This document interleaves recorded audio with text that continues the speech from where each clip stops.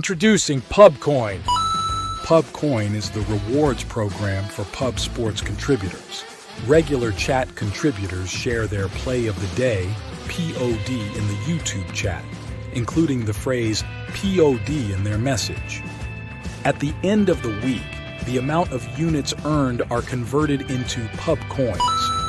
Pubcoin can be used as reward points for prizes, shop discounts, and contests.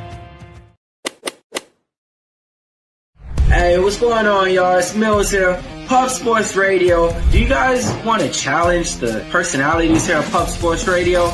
Do you guys think you're better than them at entering in your MMA predictions and picks? Would you want to get paid for it? $100? Here's how you do it, man. You sign up right here at the link below. It's just this easy. PubSportsRadio.com. Enter your email. Pick your weekly picks. That's it. Oh, and you get bonus points if you can predict how they're going to win in what round. Every single week, a new winner's getting crowned. So every Saturday on Pub Sports Radio. So come on and check us out. You can win $100 just for signing up. Only thing you need to do is see if you can beat us here at Pub Sports Radio by entering your UFC predictions and picks weekly. Do it. I dare you. See you guys soon.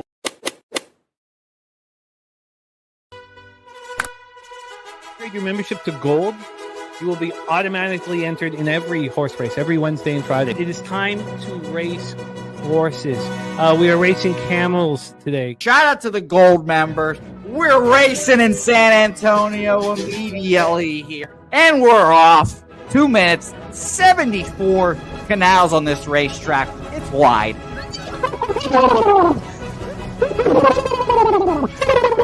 We're racing in San Antonio. Matt Wally moving forwardly. Jeff Slaughter in the mix as well. And as is Randall Sheffield, who's put that beautiful nose out front. But it's actually real grass here, Jimmy. Maybe Kentucky bluegrass. Oldie, no! There he goes. There he goes. Oldie in the lead now. K. Wolf falls back. The horses love it. Sometimes they stop and eat it on the way to the finish line. That's why your horses start so far in the back. Here. Oh, look at Nuss Flush Allen bursting out here. J-Dub in the mix. Rude Boy up here as well. Jimmy, take it away. There's Oldie. Oldie is moving to the front. We are past the halfway mark in our 2 mile. And there's Ricky Levy. Oh my goodness, he's in the mix here. Jimmy, take it home. This is our first dog race ever. 19 seconds left in the horse race here. It's Fernando Mendoza trying to find the wire. 14 seconds left. Can Fernando Mendoza take this home? Here comes Kenny Can. Kenny Can wants a piece of the pie. Put his schnoz up front. Ricky Bobby, 9 seconds left. Can Donut Silks make a run? Can Res Mall make a run to be $50? You son of a bitch! Here comes Tori Coker. Kenny Can, Smoke and Mirrors, Director 97. Home. That is the way. Here comes Jason Meyer, the Eldorado Custodian. Billy Friedrich. Jones one all coming down to the finish. Coin!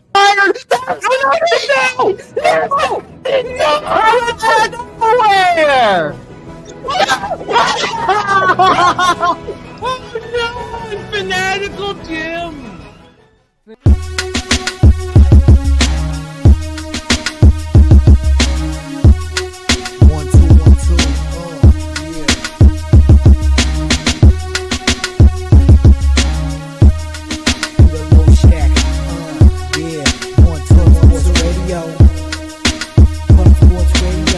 From the corporate Peter Low Shack, legendary sports handicapper, more dapper than a dawn.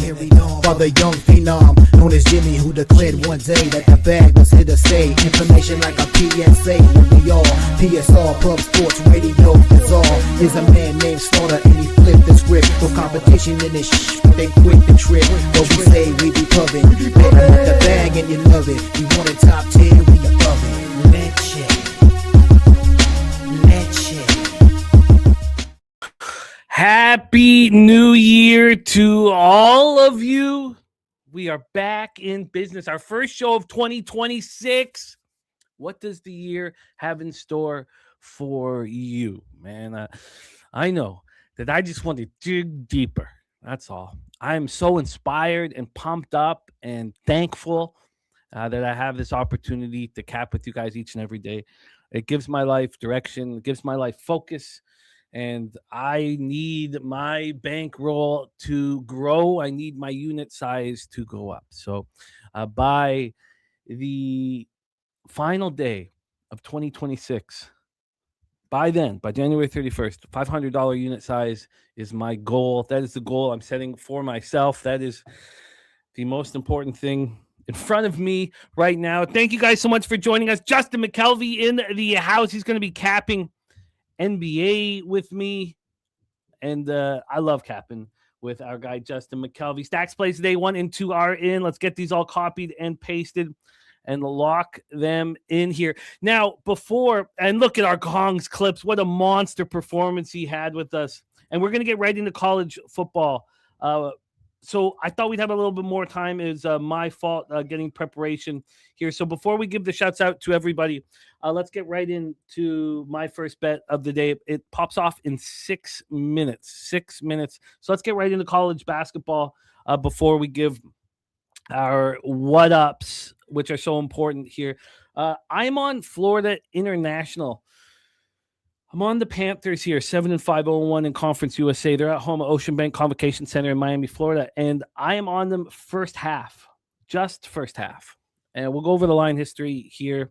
It was a tricky day with my 15 bets in college basketball with you guys. I thought I was going to go 4-0 on those early games, and I ended up going 2-2, which hurt. I ended up 7-8, which lost 3 spots by a half point, and you are what the final tally tells you are, but I felt like I capped the card better than that. Here, I want to attack New Mexico State Aggies in the first half of a game that's starting, early. It's their first real road game. I mean, can you call it? They played at Abilene Christian. What did they do in their only road game of the year? They were bad. They lose 77-69 at Abilene Christian. They played one game since the Christmas break. It was against the University of the Southwest. I don't know what div that is, 6 or 7. The Aggies beat them 104-33, and now they travel to Florida International. They play Missouri State next. I'd be curious to see how they handle this, real road test. It's a conference basketball game. I know this means a lot, but I just like the situation for Florida International. They played one game since the Christmas break, and it was a tough one. It was here at home versus Liberty. They lose 97-94 in overtime. And if you're going to go out and say, look, I believe that the Aggies are a better basketball team than the Florida International Panthers, that is a fair enough. If you break it down statistically, that's fair. So I'm not going to give them 40 minutes. I'm going to give them only 20 minutes. 20 minutes to show that you can't play on the road, that it's a very early start, that you're, discombobulated. So there you go. So right off the hop, I'm on Florida International first half. I took the money line.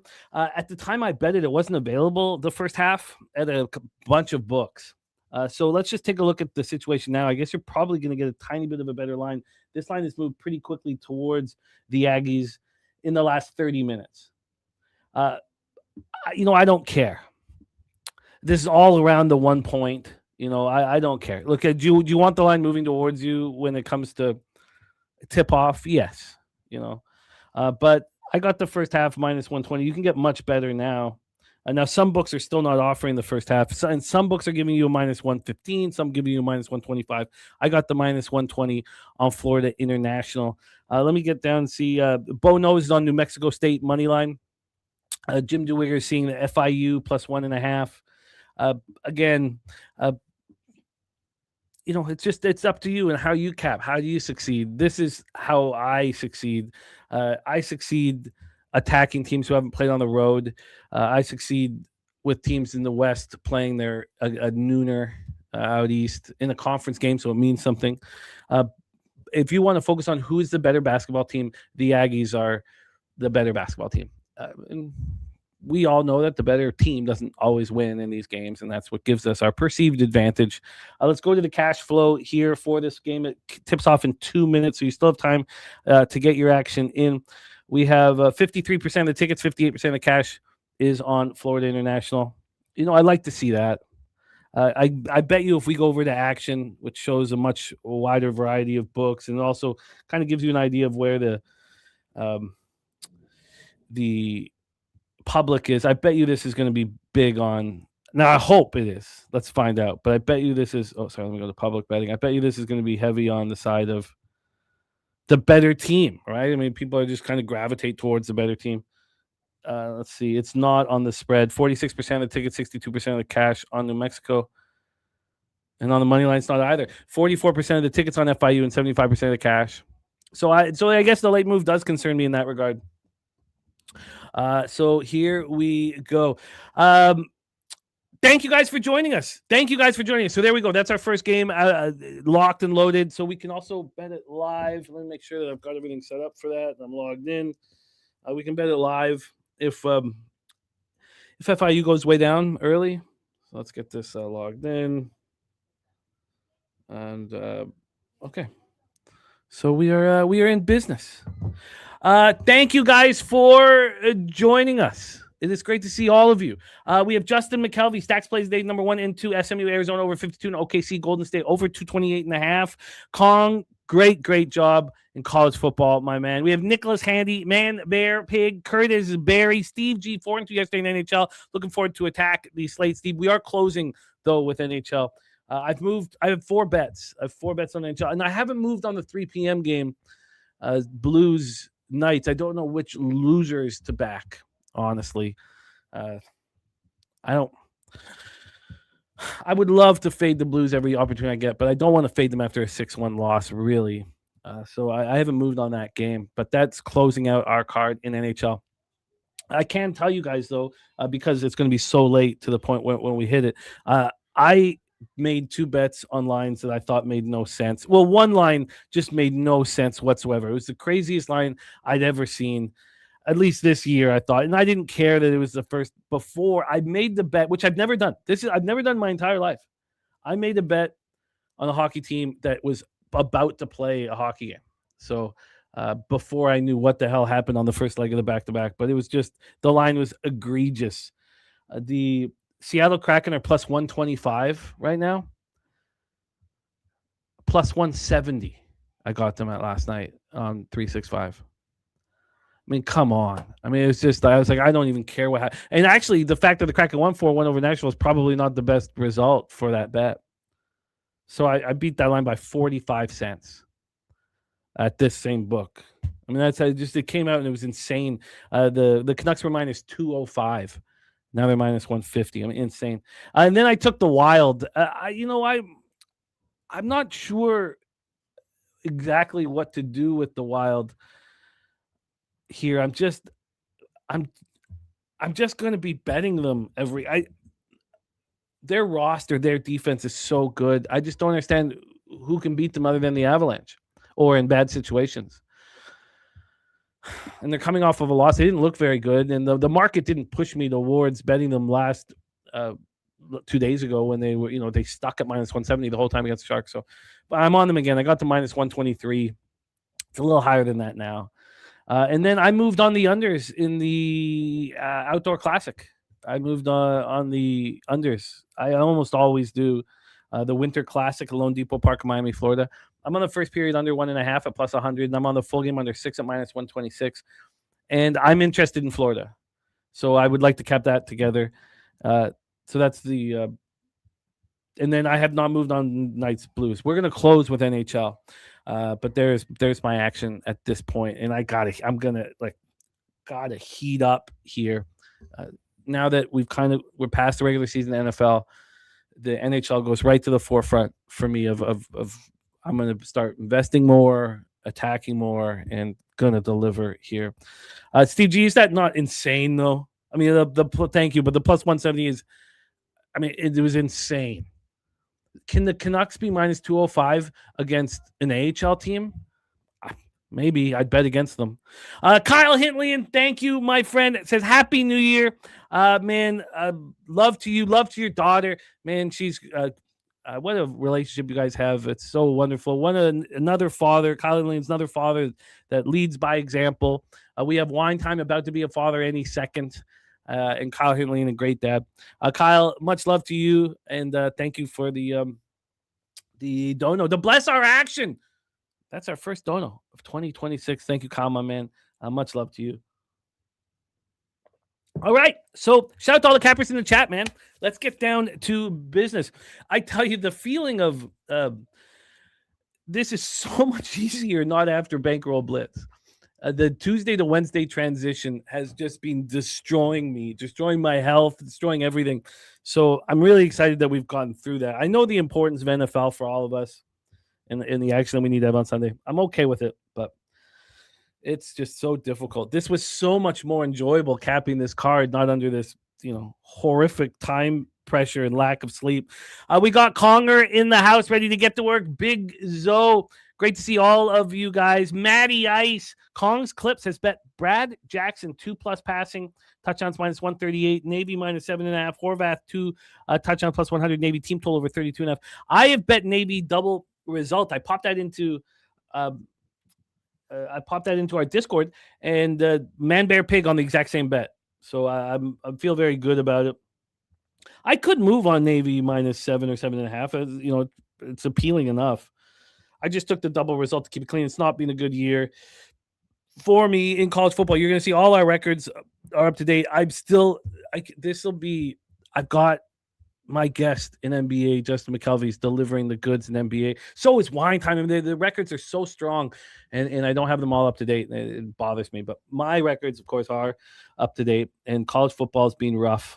It's been a rough season, and, I'm not going to go down without a few more shots. So I'm on Navy double result minus 115. I think it's hard to take a 7.5 when the line opened up at +6, I think that was the only reason why I just took the double result. But let's get our guy Kong's Clips action here, because we're going to get into college football right now. You're going to see that disturbing record here. The important thing is you must win more than you lose. And so if you got a record like this in college football, it better be balanced out with something. And, NFL covers college, and then NBA is off to a great start, which covers NHL, but it's not enough. You need to be succeeding. I don't feel like I've done that. And so Gerald Jones in the house. Justin McKelvey is already on Florida International. I love to see that. Kong's Clips play of the day in NCAA basketball is Louisville minus 9.5. So I've made 11 bets in college basketball. The next game, I believe, for me. So every game that we break down college basketball is a bet. And we start at 4 p.m. with Fairfield Canisius. So we'll have afternoon action here. There's one bet there was a halftime bet that wasn't available to me. And when I plan on making a halftime bet and it's not available and all they're offering me is a full game, I just, I'm not gonna bet it. That's what I'm gonna do. Chosen one here, Mount St. Mary's Merrimack under 138.5. Let's get this all copied and pasted before we start heavily attacking the board. Jerry Jones, great to see you. Bo Nose in the house. Johnny Redbeard, JRB. We got Turnsy in the house. Great to see you, Turnsy. Philip on FIU as well. Thank you. I'd love to hear that. And love to hear all of this. Kyle Henley, and you're a great guy. Jay Peasy's on FIU, full game spread, and +1 at first half. That's wonderful news because I didn't know that Jay Peasy was on that. We go back and forth with our college basketball action. I didn't know that he was on it. Big Scott in the house as makes having to work today a lot easier. Big Scott, respect and love to you, my man. And look at that. Taint play today. Manhattan. I'm on Manhattan. He loves Cal tonight, too. I did not know what the hell Notre Dame was going to do after that game against Stanford. I mean, that was a rock fight, 47-40. It was enough for me not to move. I wanted to back Cal. I mean, that was I was interested in it, but I'm already on Taint, man. On Taint. That is wonderful, wonderful news. All right. Great to see all of you guys. So 9 Legacy. Let me make sure I get everybody's action. Johnny Yim, Happy New Year, my man. Got to rock with Johnny Yim up at Woodbine. Wasn't that a great, great day, man? God, sometimes in the winter, in the freezing cold, I will just pretend I'm back with all of you guys at Woodbine. That was so much fun. So much fun.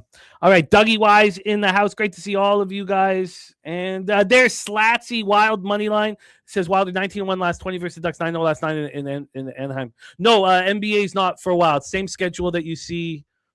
Justin, same schedule. And if you just press the description, you get the full schedule of the show. Thank you. Yeah, Matty Ice, I'd love to see it. Gerald Jones, now a member of Pub Sports Radio, as always, he's been a member, just whatever it's called. Sorry, not thinking that clearly, even though I have slept. Texas State first quarter -6.5 for Ronnie Lofton. So let's get into college football. And thank you guys for rocking with us. And let me just say it one more time. As we start this new year, the opportunity that I have of, focusing on the capping and focusing on what we're doing and focusing on the work and focusing on building our bankroll and building a community. I'm just so thankful. So thankful to Jeff Slaughter and Pub Sports Radio and all these cappers that I work with every day, all these cappers that I will soon be rocking with up in San Antonio. Pubapalooza 5 means so much to me. The opportunity for another year of working with Jose Bouquet, who works tirelessly behind the scenes. He's producing 2 shows right now. He's going to be a big part of this show here. He's going to help as college football and college basketball is all my action right now. So let's get rolling. Thank you guys for rocking with us. We start 1 p.m. Eastern, Lockheed Martin Armed Forces Bowl. We have the Rice Owls versus the Texas State Bobcats. We're in Amon G. Carter Stadium, Fort Worth, Texas. 73 Fahrenheit, sunny, 9-mile-per-hour winds. And it's opt-outs. Opt-outs are the name of the game here. Rice will be without starting quarterback Chase Jenkins. And not only Chase Jenkins out, their backups out. They're going with freshman Patrick Creighton Jr. He will get the start. We only saw him in 2 games. We saw him for 25 snaps this past year. So also Drayden Dickman out and running back Dalen Alexander. So your top wideout and your top running back out. We'll go over all of that. But Rice is in a terrible spot, and the line tells you that. Now, a lot of you guys can Florida International up 10-7 early. Would like more than that. But I'll take it.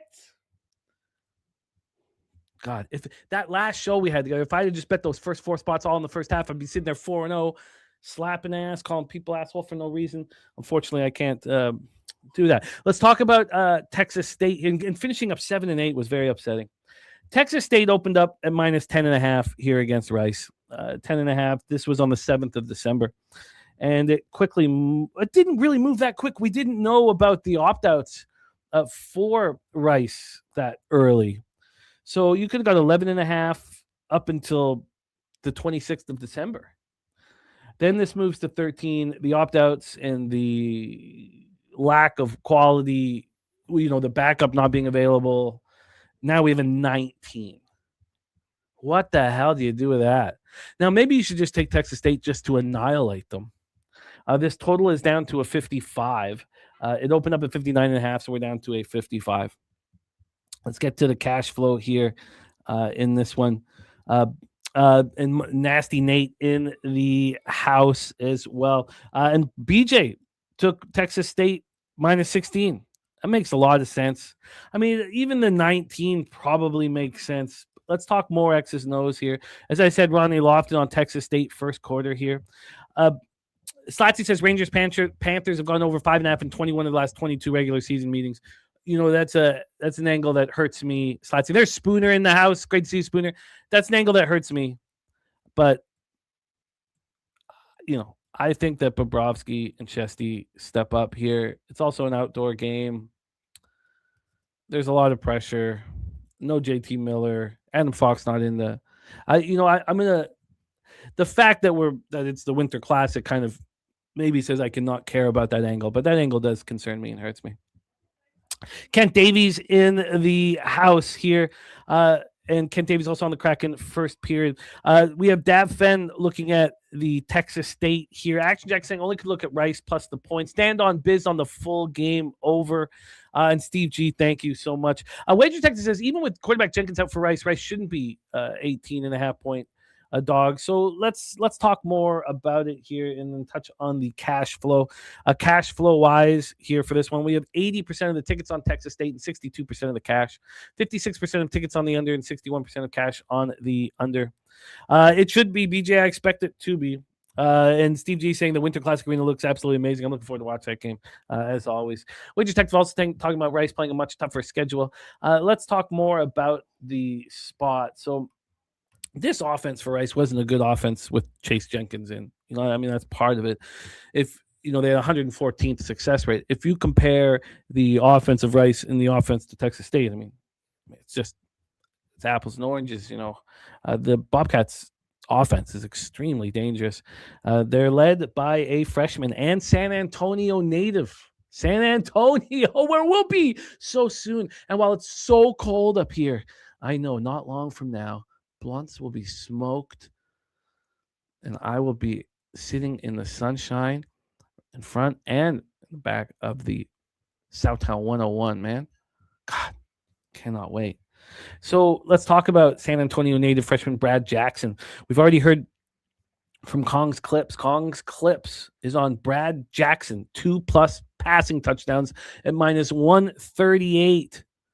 Brad Jackson, 2+ passing touchdowns, -138 for our guy, Kong's Clips, who crushed it here with us on New Year's Eve. As always, man's a monster.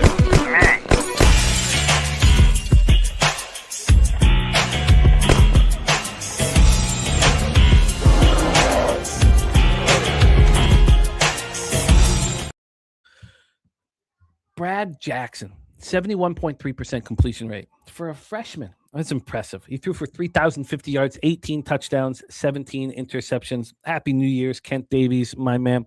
Justin McKelvey on the Texas State, over 36.5. Kong saying, I think he has upside for 3. Just haven't seen him play. Believe he gets 2 easily.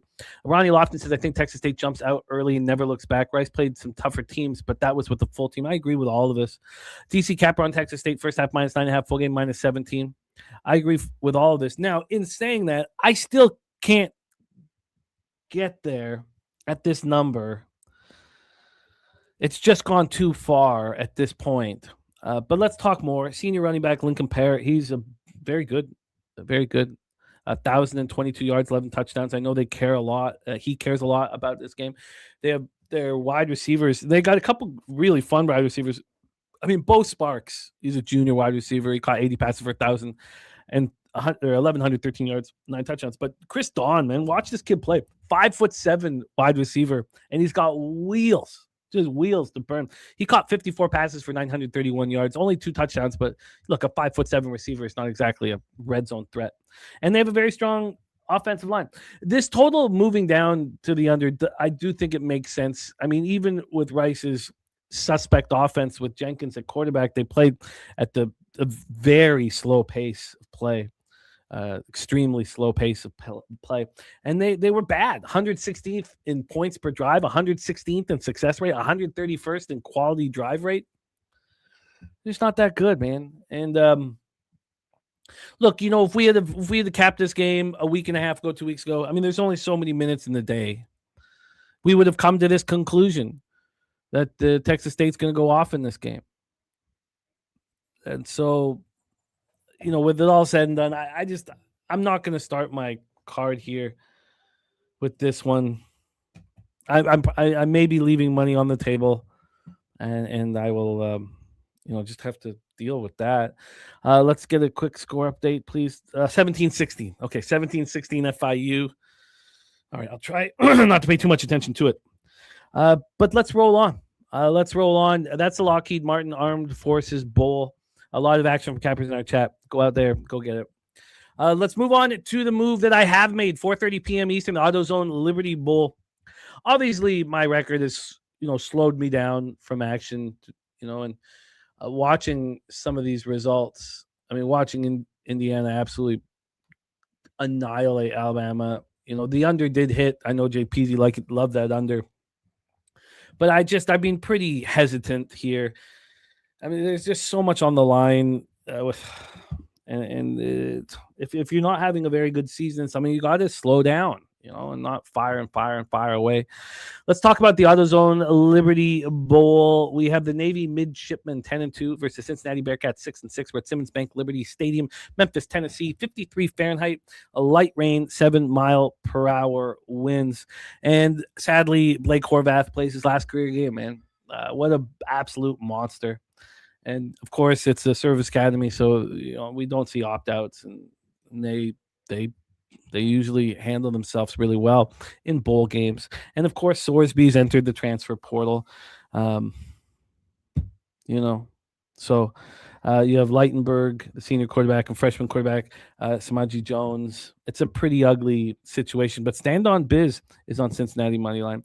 Kent Davis says Navy cares since he doesn't. Jose Perez in the house. So I guess, looking back at this, I mean, again, I just there's a sick feeling like when the lines moved so far, I can't again, if we had a capped Navy Cincinnati 2 weeks ago, we could have been ahead of the line movement. And I don't blame ourselves. We have these 4-hour shows every day. We're hammering every single game available to bet, and sometimes, and again, also if I'm not having a great college, I'm having a bad college football season, so I was a little hesitant to add bowl games here, which was it's on me. This total opened up at 57.5. It's now a 56 from a point spread standpoint here. We have. Was that right? Did I do that right? Sorry, go over that once again. Yes, that's right. And then on the spread here, we've had this massive move towards Navy as the extent of the opt-outs became clear. So Navy right now, they opened up at plus 6.5. That was back on the 7th of December. Within an hour and a half, it was a 4.5. 40 minutes after that, it was a 3. An hour, 20 minutes after that, it was a 1.5. So it moved 5 points from 6.5 to 1.5 in the first 3.5 hours the line was available. So I wouldn't beat myself up saying, oh, I didn't get that line. But now we've got up to 7.5 numerous times, and we're back to 7. That is a bit of a surprise. I could probably get talked into that 7 again, though. It's not a line that you really want to deal with. Kong's Clip says Blake Horvath shows out today for his last game. I think he might have 100 rushing yards and 3 touchdowns. DC Capper on Navy -7 and the over 55.5. Frank, Virginia, you've been a monster. And I've been thinking, look, you've nailed this Ducks fade, and you absolutely nailed it. Justin McKelvey is on Navy -7.5 and the 4.5. Ken Davies says Navy steamrolls Cincy. And Save 919 said Navy first half -3.5 up to 5.5 is the play. I agree with you guys. I completely agree with you guys. And we'll dive a little deeper into it. The double result of -115 is a comfortable place here. And with the line moving the way it is, but we'll hit it a little harder. 71% of the tickets and 80% of cash on Navy, 51% of tickets on the over, 51% cash on the under. So the total seems to be a coin flip type situation. That's not all that's left Cincy, though. They also lost. What happened? Their cornerbacks coach went to Arkansas. So Eddie Hicks left for Arkansas. When that happened, 4 starting defensive backs and a couple more depth players all left. And Dante Corleone, who's their defensive tackle, he's not listed on the depth chart. So he's obviously out. And this wasn't a good defense to begin with. It's similar to what we were talking about with Rice, not having their top 2 quarterbacks available. It wasn't a good offense to begin with. What are they going to look like now? You can say the same thing here about the Cincy defense. 111th in points per drive allowed, 129th in available yards allowed. They benefited off beating weak teams, and they almost consistently lost to good teams, beat the bad teams, lost to the good teams. They couldn't. And here's another thing, when you talk about where was this defense getting gashed, it was on the ground. And what's Navy going to do to you? Gash you on the ground. Against Utah, Cincinnati allowed 267 yards rushing. Against BYU, they allowed 265. What the hell are they going to do without Corleone in the middle of that defense? I mean, they're going to be even worse. They're going to be even worse. Horvath's been a beast, man. Horvath has been a beast. Back-to-back 10-win seasons, both, of course, including the Commander-in-Chief trophy. Ran for 1,147 yards, 15 touchdowns, threw for 1,472 and 10 more. Texa, their running back, is very, very strong. They have a great slot back, Heidenreich, who's also a senior, who's also the all-time leading receiver. Navy's all-time leading receiver is Heidenreich. So with all of that being said, I mean, I probably should add to this. I'm hesitant to do that just because of where the line's at. I mean, maybe this should just be all smash and grab Cincy. I mean, Corleone out. How are they going to stop the run? Maybe I should add to it. Take the first half -4.5 and the full game -7 and call it a day. Barry Watson says Cincy's played much better teams. There's no doubt about that, Barry. Yeah, no, you're absolutely right. Kong said, talking about Indiana. I love it. So Barry Watson, I'm curious. I mean, yes, they have. I mean, we're talking about a different team now. Or, a depleted roster. Let's call it that. Are you going to still back Cincy, Barry? I'd love to hear it. I'd like to hear it. There's different parts of me that want to add to this, and some that just think, keep it to where it's at. Matty Ice saying double results the only way to play this game. Stand on business. Navy can be too one-dimensional for equal or superior athletes. That's fair. Rand saying seems like an alt-line spot with all the players out for Cincy. I mean, well, the line's already moved so dramatically. I do think let's just see this. Did Circa just move it back to 7 from 7.5? If they did that, and if it's just not like a one-way train, then I'll just stop. They did. In fact, this got up to 8.5 at Circa. I didn't realize it had happened. I didn't see that at the offshores, but at 8:44 a.m., they moved this to 8.5. And at this point, they have 69% of tickets and 73% cash on Navy, and they brought it back 1.5 points. Look, you guys are all probably right. You're all, probably right. In saying that, I don't think I'm going to add more to it. So, and I do also feel like it's just, I don't want to reach too much here at the end of the year. One thing I've become much better at as I've gotten older is, sometimes you lose. Sometimes you have a losing season in a sport, and you just got to not reach and hammer. Because part of me is saying, God damn it, it's been a bad year. Go hammer Navy first half full game. But I don't know if that's the responsible approach here. I don't have an excuse for not handling this in the most responsible way necessary. This means so much to me. So I guess I let it go. And if I leave money on the table, I leave money on the table. If this 8.5 hadn't come back to 7, maybe that's part of it. But okay, I'm going to leave it at the double result. Kent Davies saying very nice things about our Florida International Panthers. Let's get this day off to a winning start, man. I like all about this. I like everything about this. Let's go, FIU. Let's go. 7:43 left. Just need the money line there. I love it, Ron. Nothing more, nothing less. That sounds good to me. Look, Kong Slips just moved on to Horvath over 110.5 rush yards. I think I just got to stay in that. I did bet a little more than a unit on the double result, though. As I, was sitting there going, well, it's not going to get in on the line. It moved too far. I'm surprised to move back. I'm going to leave it at this. Let's stop talking about it. I'm comfortable with the Navy double result. If you guys are making it, Barry Watson says worth a small play plus 7.5. The fact that Circa moved it from 8.5 to 7, I think that is telling. And I'm gonna move on.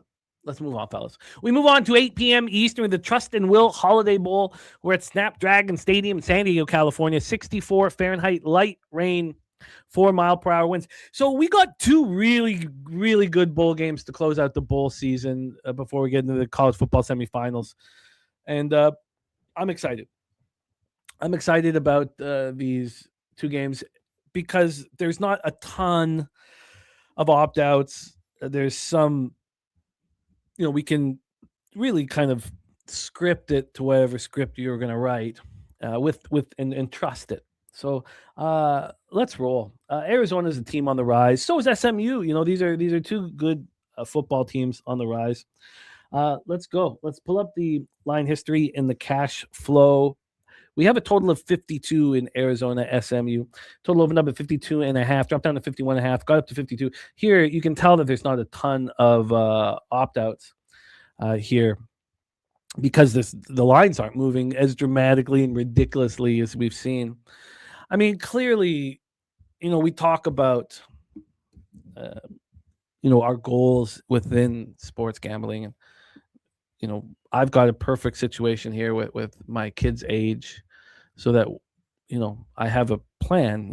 Ella's 8, when Carter's 4, when Carter's off to college or even close, and Ella's gone, I'm going to be in Vegas. And then people say, why do you want to be in Vegas? You don't need to be in Vegas. And, my parents met there, and I just, that's where my circle is complete. I got to be there just 6 months of the year, But what would we be doing in the early December is you'd have to be focusing on opt-outs and opt-outs only. You'd have to be sitting there. You'd have to have somebody. You'd probably have to be paying somebody to go through find out that you get me the opt-outs before anybody else. You get them to me before anybody else. Now, of course, there's going to be limits, and depending on what action you put in. But I mean, that as you see in preseason football, NFL football, where you can have such a huge advantage, we didn't beat it this year. And I think that was, again, not putting enough time into figuring out exactly who's going to be in and out.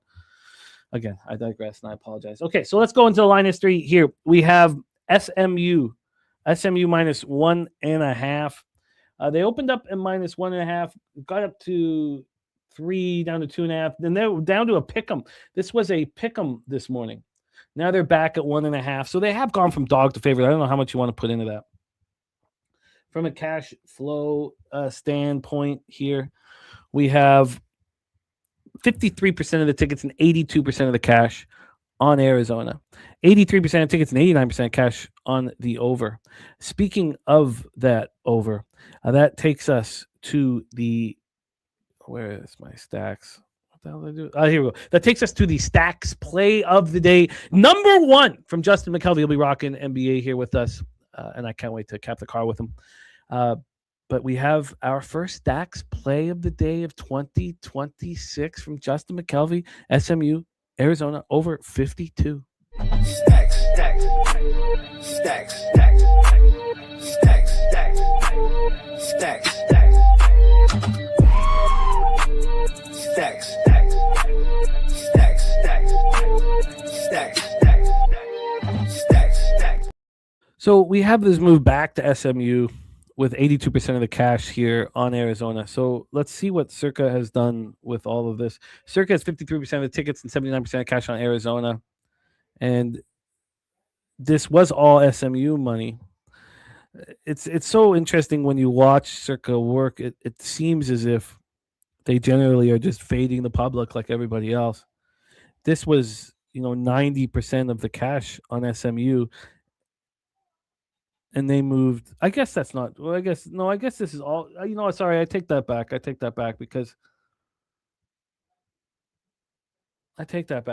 Because this was they weren't moving it. They were just leaving it at 3 with 90% of the money.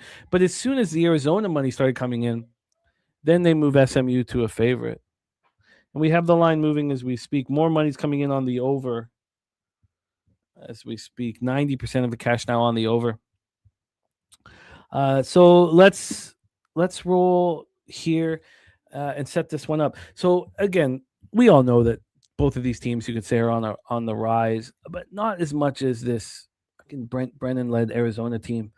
Brent Brennan comes in last year. They go 4-8. Expectations were not high coming into the season, and look what they did. And Kripke talking about SMU beating Miami. We'll get into that for sure. But Noah Fafita, Ismail Mahdi, their running back, Kedrick Riscano.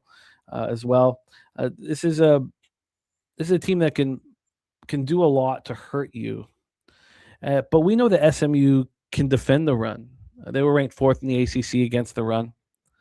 But we can talk about Arizona at Fafita. We can talk about their offense, but it was their defense. Danny Gonzalez comes in as the new defensive coordinator, and look what they did. I mean, the stats speak for themselves. They were 2nd in the Big 12 in fewest yards per play allowed.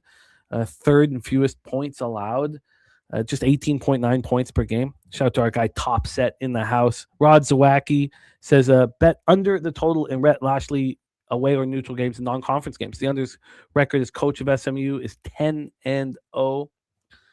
Let me just oh my god, 35-21 FIU. Come on, is that not why we start the show 15 minutes earlier? I was taking heat for starting it early. You have to keep consistency with your no, we need winners, man. 37-21 FIU. Come on. Aggies haven't traveled. Fucking smash. Let's go. Get the day off to a winning start. Fuck yeah. Okay, back to this. So let's talk about Lashley's SMU Mustangs. So, look, they beat Miami, and we're watching Miami look like a juggernaut right now. And Kevin Jennings was very good. He was very good this year, junior quarterback.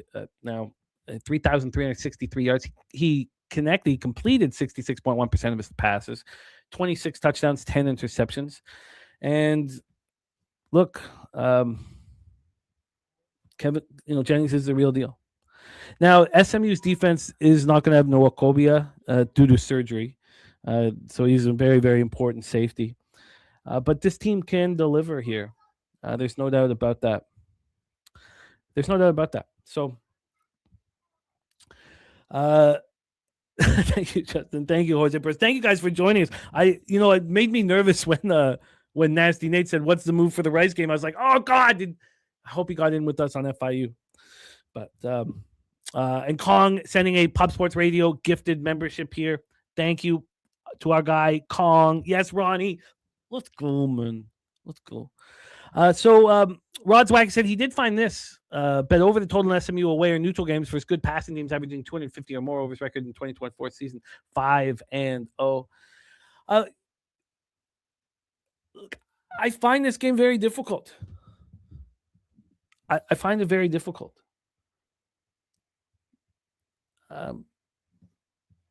This line has been sitting here at around a pick'em for 48 hours.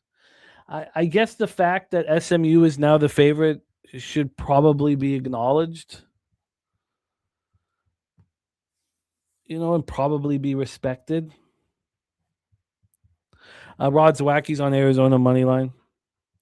I guess capping the game, I thought, listening to you guys and capping together here, that something would illuminate. I don't feel like it has. Ronnie Loft on Arizona money line and the over 51.5. Top set, took the FIU with us. And Kong's on the over 151.5. Coin leaning towards SMU. I guess I love it, man. I love it, Davfen. I love it. You deserve it, man. There's my man AM in the house. AM, great to see it. He likes Rangers money line, Ducks money line, Kraken money line. God, AM, you see that? I got plus 170 on the Kraken. Isn't that not ridiculous? Now, Coin saying SMU was a +3 at Circa. We have slowed some of these. Thank you, Rod. But we've slowed some of these spammers down because they have to be a channel member for 5 minutes. I did that before the show. But look, I guess I look. Maybe I just don't have the skill set or the expertise to find the angle here. I think it's just a tough game, man. You have cappers on the over, cappers on the under. You have cappers on Arizona. You have cappers on SMU. When you make a bet, you make it because you have conviction, and you're like, "Look, this is. I'm going to invest in this because of X, Y, and Z." And I don't have it here. Viper, I've got 11, and I wanted to add the halftime, one half time bet that wasn't available. So we're going to hammer that next. And Jose is going to be jumping on with us here to set up the games, which will make it easy for me. So look, I'm I can fix it for him. Is everything okay, Kong, with the Cappers contest scoring? Let me know if I can help as well, man. Text me or hit me on X. I'm going to move on. I'm going to move on. Let's move on. 8 p.m. Eastern. This is our final bowl game before we get into college basketball. Duke's Mayo Bowl here. Swish, by the way, saying SMU on a 5-bowl losing streak since 2012. He's leading the Mustangs, though. Let's roll. Wake Forest Deacons at the Mississippi State Bulldogs for Bank of America Stadium, Charlotte, North Carolina. 53 Fahrenheit, cloudy, 5-mile-per-hour winds. We have Kent Davies here on Wake Forest money line. Let's get into the line history here for this one. We have the Bulldogs, Mississippi State -3. This opened up at -3, went down to 2.5, got up to 4.5, dropped to 1.5. I mean, bouncing all over the place. And now we're right back at 3. We're exactly at the VIG that this opened with. So no movement at all on the Bulldogs. Let's get to the total here on this one. From a total side of things, we have a 53. This total has dropped from 56.5. Opened up at 56.5. And then that drop was on the 22nd of December. Dropped right down to 53 and stayed there. We get to the cash flow. That's a big drop. And shout out to Jim Dewiger, our guy, gifting a Pub Sports Radio membership. Thank you so much. Thank you for blessing our action as we begin a new year. God, I'm pumped up, man. I'm pumped up, man. It's also nice to know that I can just put my head down, fucking deal with the cold, be a dad, take out the fucking garbage in the cold, just keep my head down, do the work, because in about 80 days, I'll be in San Antonio, Texas with the squad. All right, let's roll. Wake Forest Deacons, Mississippi State Bulldogs. Both teams exceeded expectations this year. Let's take a look at that cash flow here. 66% of tickets, 61% of cash on Wake Forest. 72% of tickets on the over, 65% cash on the under. Dawn Play was sinking Mississippi State money line. Stand on Biz is on Mississippi State money line. Let's roll. So let's talk about Levy's second season in Starkville. It went great. I mean, I guess it's hard to say great if you're 5-7, but 2-10 last year, and you're moving in the right direction. And they did some nice things, man. You know, that was a big win over Arkansas, you know, in conference play. They lost 45-38 to Texas in overtime at the end of October. And all of a sudden, Kamario Taylor is the guy, true freshman. You know, when Chapin left, Taylor stepped up. He's a dual threat. He looked very good. They have Fluff Bothwell and Devon Booth running the ball, who both can do damage. Brennan Thompson, Anthony Evans III out wide. And, you know, this is a tricky game for this defense because Coleman Hutzler was ditched.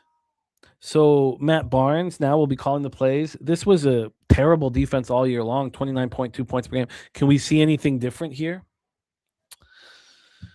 That's the question. Coin leaning towards Mississippi State. I kind of want to bet Mississippi State. Let me start that. Shout out to Dizzy Donut in the house. I'd stand on Biz talking about Taylor. Action Jackson on Mississippi State. I can get there. Let's keep Brant Hunt in the house. Great to see you, Brant, man. Respect. Happy New Year. Great to see Brant Hunt. OG Lowbagger, man. Brant rocked with me in Costa Rica. This is also the first Bulldogs bowl game since 2022. I find it pretty easy to get there. But let's talk about Wake Forest. Look, what can you say about what Dickert did? Clausen left. Dickert exceeded expectations. This was a team we like Dickert in Washington State. I was rocking my Washington State Cougar sweatshirt all day yesterday. And look, Robbie Ashford was good. He was good. I mean, what are you going to say about this guy? He finally got a chance to be a starter, and he was good enough. Transferred from South Carolina, senior quarterback, threw 2,169 yards, 9 touchdowns, 7 interceptions. He ran for 504 yards, 7 touchdowns. Now they're missing key members. Damon Claiborne, 907 yards. He's opted out to prepare for the NFL draft. Chris Barnes hit the transfer portal. And now they've got guys who can roll, like Ty Clark now going to get his chance to be the big dog. And then Carlos Hernandez, he can be the WR1. And the defense got hurt. Ibaragba has transferred, but almost everybody's available. This was a very good defense during the year. So Ibaragba is gone, but a defense that can be trusted here. Defense says keep making those free throws. Oh, no, it's gotten a little closer. I shouldn't have been so pumped up, man. How did this get closer? Okay, let's stay calm. We have a 7-point lead with a minute and a half left. Come on. Ronnie Crawford hanging in NOLA today. We are jealous. Okay, there we go. Minute 24. Let's go the other direction. Okay, we're fine. Did get closer. Oh, wait, did it just... Okay, yeah, we're fine. Everything's fine. Nothing to worry about. Kevin Garrett's Happy New Year. I love it, man. What a great year. The little supplemental income. Let's take it further, Kevin. Let's take it further and keep growing that bankroll. So here, going back over all of this, what do we expect from this football game? We know that two teams are on the rise, that they both want it. They both want to succeed here. I wish that I had the opportunity to move on the under. I wonder if 53 is still good. I think we can trust Wake Forest defense despite losing one star, a defensive lineman. I think that the under is the right spot. 72% of tickets on the over, 65% cash on the under. I think I add the under. And I think I add the Bulldogs in Mississippi State. There we go. Thank you, Philly Eagle Flyer. So that's so I think I move on this game. I think I get, I think that Mississippi State is the play.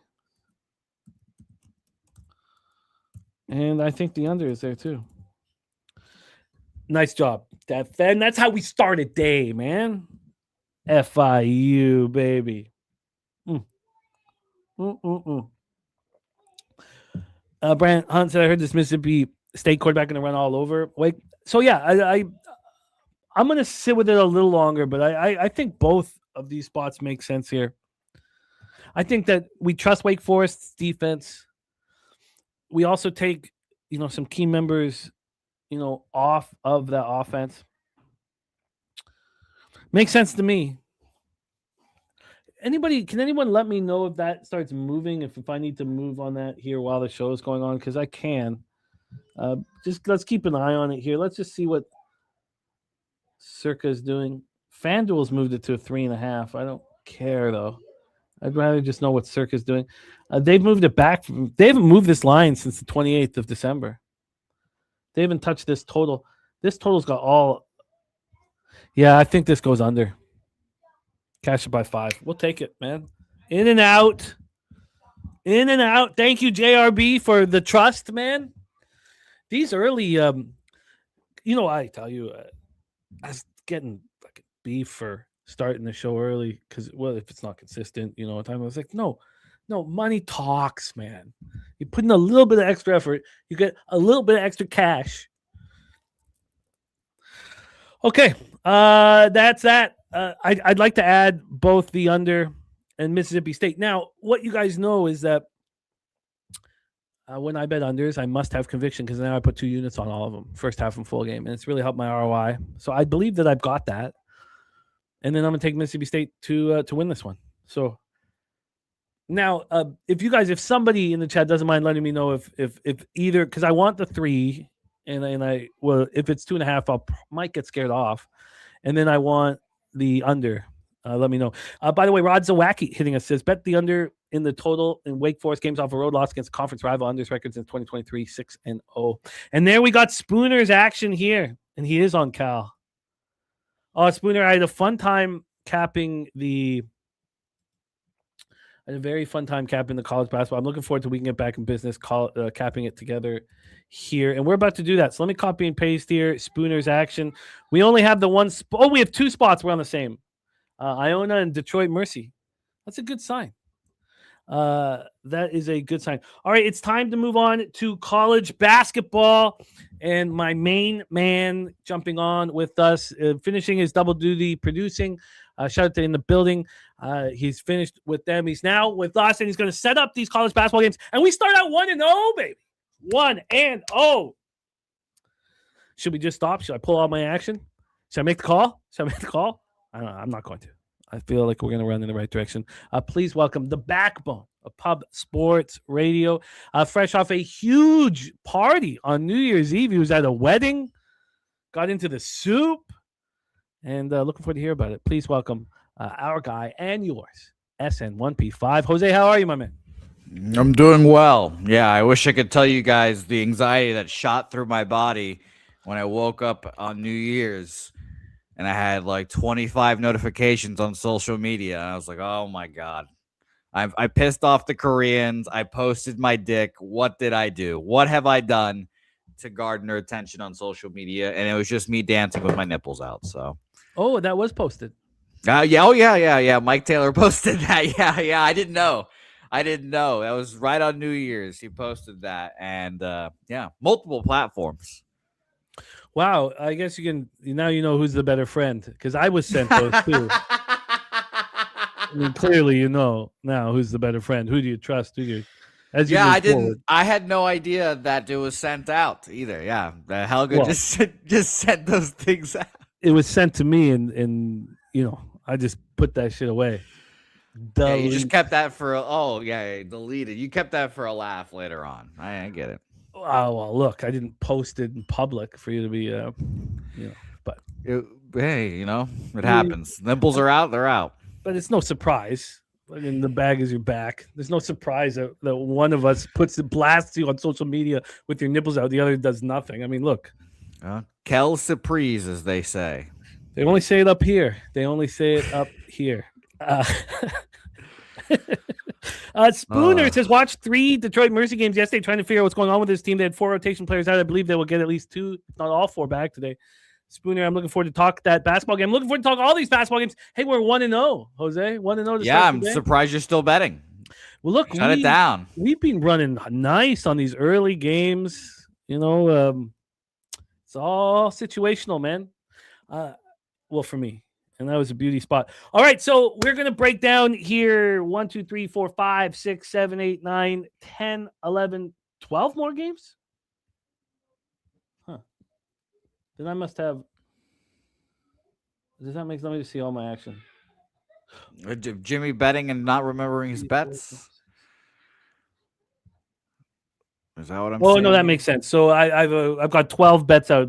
It says 1 to 11, but those are actually 12 bets. That makes sense. And then the 13th bet was the one that I wasn't able to put in. Okay, this all makes sense.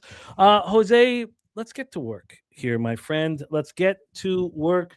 While you are setting this up, I'll move all my stuff over to college basketball. But let's roll. 4 p.m. Eastern. Take us. Let's stay hot, Jose.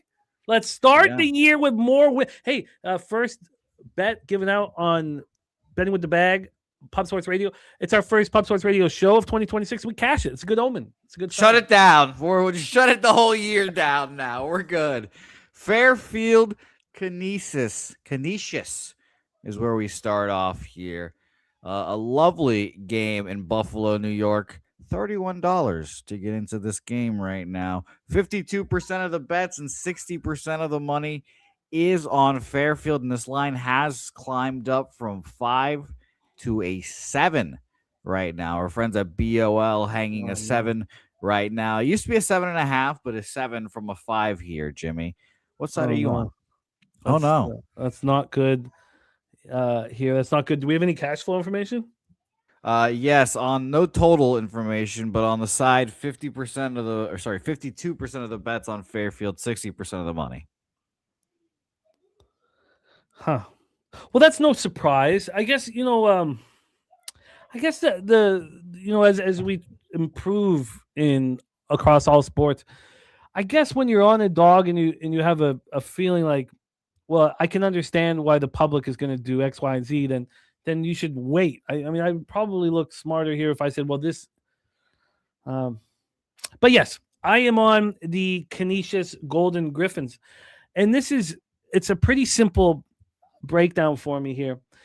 We have not seen a home game for Canisius since November 29th. And they were embarrassed. They lost to Buffalo. It was a bad spot. They just beat up on Binghamton and Maryland Eastern Shore. And they'd won 2 straight home games, and it was their 3rd game in 4 nights. It was a terrible spot for them, and they're feeling good about themselves. They played on, they played Friday, Sunday. Oh no, it wasn't. Jesus, sorry, I thought that was Friday, Sunday, Monday. So I take that back. There's no excuse for that debacle in Buffalo, other than they were riding high, feeling good about themselves. They've only played now 4 games at home all season, and they're 3-1. So this statistical profile that's being built has all been built on the road. December 5th at St. Peter's, they lose by 12. December 7th at Siena, who looks like they got a really good basketball team this year, they lose by 22. Then they destroy Maine, who looks like they might be the worst, Div 1 team in the nation. Then they play at Rhode Island, they get destroyed. They play at Duquesne before Christmas and get destroyed. So they have back-to-back games of getting destroyed. Now they get to come back home. They play Fairfield today, and then they play Sacred Heart on Sunday. So I just believe that I have an advantage here with the statistical profile. Now, I've got the 5.5, a 7 would be so nice, and I don't have the 7. But here, let's talk about what traveling we've seen from Fairfield, and we've seen it. They opened the season at Penn State, NJIT, Seton Hall. They played 3 road games there. They played at Lemoyne. They've lost at Manhattan and at Merrimack. Now they played 4. They haven't traveled in a bit. They played at Central Connecticut too. I just think that it's not that I'm fading Fairfield, and Fairfield may be a fine team this year. BJ, I'll copy and paste that, my man. Thank you for sharing that with us. But for me, I just believe that the profile of the Golden Griffins is not a fair example of who they are as a basketball team. It's just that simple. So we're at Koessler Athletic Center, Buffalo. I think they can handle it. BJ on the Cavs -11. That was a winner for me with Justin on Wednesday. I went 3-2 in NBA because I lost the Spurs -2.5 by a hook. And you guys know the difference between 4-1 and 3-2 in the bankroll. It's massive. But I get it. So there you go. That's my first spot on the board. I like it. I would bet at this number. I don't care that the line's moving against us. I think Canisius stays in this basketball. This is a close basketball game. The points in their pocket are going to be massive. I'm on Canisius +5.5 -106, Jose. All righty, Canisius for the bag. We move on, and Brant is right. Expensive to get into this basketball game. $31, not cheap. So get your pocketbooks out for Canisius basketball. And let's indeed move to Detroit. So go to Detroit, Michigan, and Callahan Hall for Bobby Moe and Detroit Mercy here. A 6-7 Detroit Mercy team, 3-1 on the horizon. If you thought $31 was expensive, how about $48 to get into this ball game here in Detroit Mercy here? 83% of the bets and 92% of the money on Bobby Moe, Robert Morris here. 60% of the bets, 61% of the money on the over in this game here. For this game, I'm seeing not really much movement at all. If anything, a half-point move towards Detroit Mercy from -2 Robert Morris to -1.5 here at Bookmakers, the only place that has moved it there. So it seems like books are pretty happy with everyone betting Bob Moe today. I'm right with you. I'm right with Spooner. This is Detroit Mercy here. Detroit Mercy, we just watched them play Youngstown State at Youngstown State. This is a team playing good basketball right now. A team that, winning on the road, winning at home. We heard from Spooner that they're getting some players back. This was a team that opened up with only losses versus Div 1 opponents. Their only win was against Cleary University. And then something changed. It changed November 29th. They won at Niagara. They beat IU Indianapolis. So Niagara on the road, IU Indianapolis home. Then they go to Cleveland State, beat them. Then they lose at PFW 81-77. They play Siena Heights, Div 3 college just before the break. And then they come back and beat Youngstown State. This is a team moving in the right direction. Shout out to the Goracle in the house. Love it. Thank you for rocking with us. Goracle says tune into the tailgate tomorrow. He's already moved on the semifinal spot. You know what? And that's I was sent the video while it was happening. And of course, I'm not the one who put it out there, man. You'll be shocked to hear that I didn't make it to midnight. I predicted that. You would be shocked. I predicted that. That was one of my replies. Yeah, 8:30 apparently that was sent out. Wow. When we get after, I already told people this in the chat. That will happen a few times. The pollutant will come out a few more times this year. One will be on January 17th in Vegas. Sweaty Butcher might see that pollutant. I hope he does. And at Pubapalooza, one night at Pubapalooza, the pollutant will come out. It's a tradition unlike any other. The pollutant comes out one night. I love it. Here, the Robert Morris Colonials should be faded. This is the fact that this 6-7 Detroit Mercy team, this line's not moving at all. Look, this again is not necessarily a fade of Robert Morris, but when you see the 10-5 against the 6-7 and the line not moving at all, we've seen Robert Morris go on the road, and play fine on the road. It's not like they can't travel or anything like this. This is just a bet on Robert Morris. A bet on Detroit Mercy. We knew the public was going to be on Robert Morris, and fading the public, believing that the Titans have turned it around. Detroit playing at home. Detroit Mercy. I got Detroit Mercy plus 2.5 minus 113. And if you wanted it right now, what would it be, Jose? Would it be worse or better? For what you say, first half or just full game? No, full game. Detroit Mercy. Yeah, +2. I think you just take the ride, the +2. I would, I honestly consider taking the money line shot to a future Papa or current Papa Wine Time Sports. But yeah, I would be on Detroit Mercy on this as well. We have the Goracle here moving on Michigan State. So that is the only big game that I did move on. I'm going to be going heads up against the Goracle. Not a fun place to be. I am on Nebraska. We'll get into that in a bit, but let's keep rolling. Let's keep rolling, my man. Let's roll on to our next one, which is Siena Iona here in the lovely, what's this bitch called here? The Iona Dome? No, the Haynes Athletic Center in New Rochelle, Nueva York. $32 to get into this game. As you guys know, I care about these prices, and I know you do too. 55% of the bets, 72% of the money on the Iona Gales here, but in a very similar aspect, has not moved seemingly. Now, obviously, 80+% of the bets and money is a little different, but I'm seeing some movement as I refresh my page here. I'm seeing our friends at BOL have this at a pick'em now here, which is fascinating.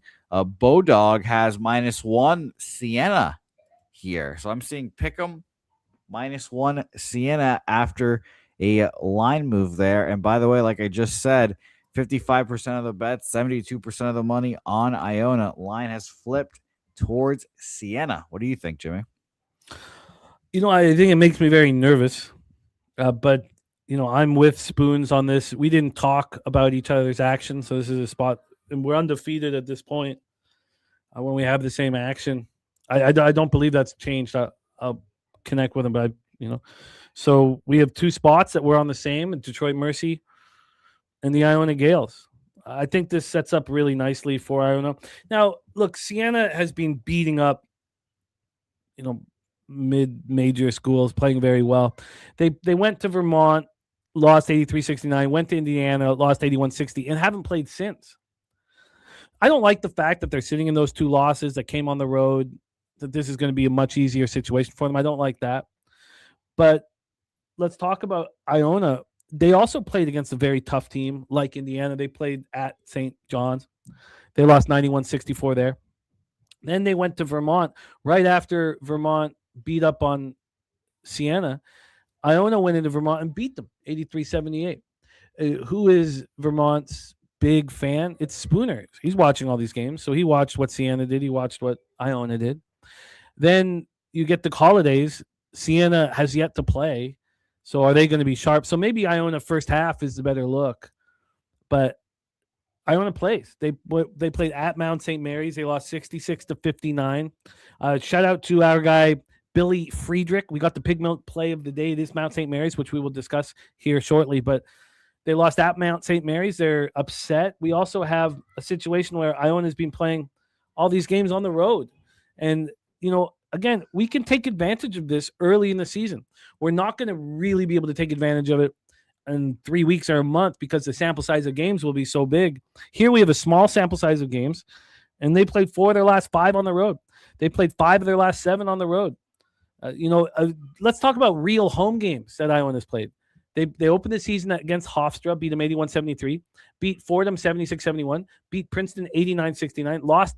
Oh, no, that's it. Those are the – and then they lost to Quinnipiac. They beat Bryant, and that's it. This team has played 5 real home games this year. They're 4-1. This is a pick'em, and I like Iona. Spooner talking about Siena having players coming back from injury here, which could be a reason why the line's moving the way it is. So there you go. You said you're on Iona there? I am. I got Iona, and it was an interesting spot. The money line at the time was -120, and the -1 was -105. And so I cut the 15 cents of VIG and took the -1 at -105. If they lose, it's just. I think it was a sort of a mistake at that point that it shouldn't be 15 cents for that point. So yeah, I'm on Iona with our guy and yours, Morgan Spooner. Let's keep rolling. Yep, Spoons. I hope we see you at Palooza this year we have well, to. my man. We have to. Shout out to you, Spoons. He has no choice. He's got to be there. We need. Well, you heard the man, Spoons. You heard the man. Let's talk. And by the way, it's Spoons. Correct me if I'm wrong. Spoons is up there in the Cappers contest, right? Oh yes, it's all coming down to this final week. Well, Spoons, it could all be right there for you, Spoons.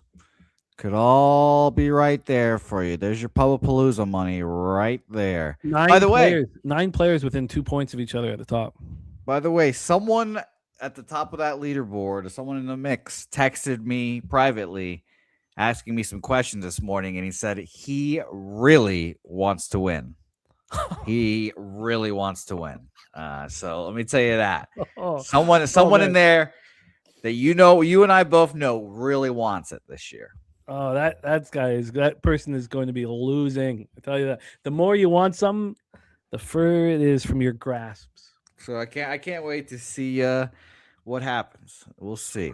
But Marist St. Peter's is our next game here. Shout out to the Peacocks. Whenever I think of St. Peter's, I always think of a giant peacock peeking its head from Jimmy's back. And the peacock I have outside. And I guess your sister as well. So maybe I have associations with peacocks here. I don't know. Maybe I need a peacock tattoo now. But we're in the beautiful Yelatelli Center in New Jersey here. This home of St. Peter's. 57 doll hairs to get into the stadium today here. We have market in this game. We actually do have a market, which is nice. 81% of the bets and 64% of the money on the Red Foxes of Marist. And yet, these Marist Red Foxes open up at, it was a 4. And let me double check here. 4.5 is what they opened up at. BOL has a 2. Bodog has a 2. BOL has 2.5, and Bodog has 2 here. Bookmaker 2.5 here, Heritage 2.5. So line is coming down towards the Peacocks, and all the money is on Marist. 81% of the bet, 64% of the money. I follow the money, and I almost paid for the 3, and I was like, stop. You can't. I got to keep the VIG down. I took the 2.5 at -110. Available at 365. Available a lot of places right now. Wonder if it's still available here, which let me just check quickly. But while I'm checking, I'll break this down for you. And FIU laying the hammer. Of course, we all know that the Aggies are a better basketball team. It's situation, man. Dolly. So we have, let's see what it's gone to now. Yeah, it's still right there. Still exactly where I bet it. I'd prefer not to be late to the party here, but St. Peter's Peacocks they're playing good basketball. They're undefeated in the Metro Atlantic. They're going to make noise in the Metro Atlantic. They've had a tough schedule. They opened the year with some tough road games: Seton Hall, VCU, Delaware. They also played Georgetown on December 13th, took them to overtime. They beat Fairfield on the road. We haven't seen them play at home very much. And when we have, they've looked really good. The last two games, so we talk about Metro Atlantic games, they beat Niagara 71-43. They beat Canisius 69-57.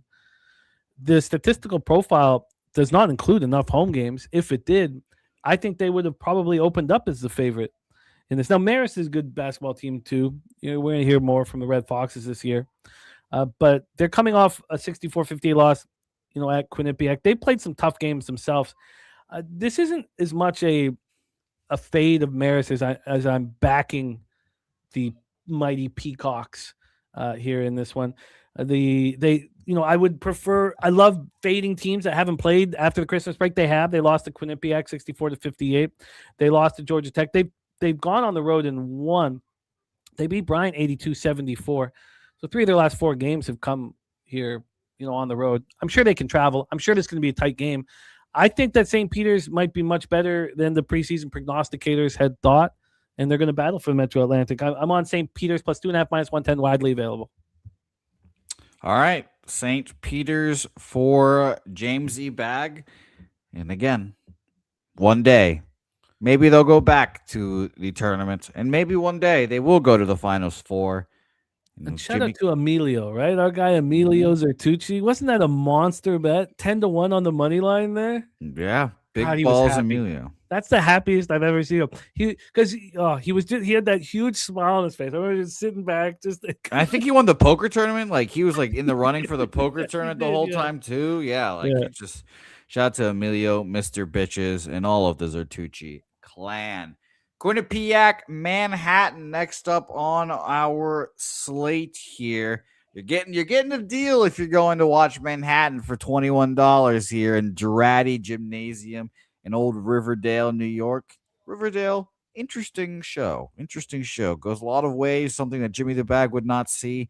Your children have probably seen it somewhere. Interesting show, Riverdale is. For this game here, our friends at Manhattan, as I scroll to try to find their game here. This might be one of the rare games where we don't have a market, but we do. 82% of the bets and 74% of the money on Quinnipiac here. Interesting. This line is a 6.5, bumped up to 7 at Bookmaker, but 6.5 everywhere else, and that's where it opened. What do you think, Jimmy? Well, I'm excited because we do have the corner of a very interesting boulevard. But very important to note that Spooner, of the 2 bets we have together, which are glorious, we are head-to-head on this one, the last one that we just talked about. So our guy Morgan Spooner explaining why he is moved here. Let's go over Spooner's. Oh, did I put it in front of the college basketball action here? There we have Spooner. So Iona and Detroit Mercy were lockstep. Then he's on Marist. So those of you who want to rock with me, you might want to tap the brakes. Spooner is on the other side there. But here we have the corner of Taint and Bag Boulevard. It sounds like a nice area. It sounds like somewhere in Parkdale. Hummer's got to be available at Taint and Bag Boulevard. Taint is on Manhattan plus 6.5. I am on Manhattan plus 6.5. Taint.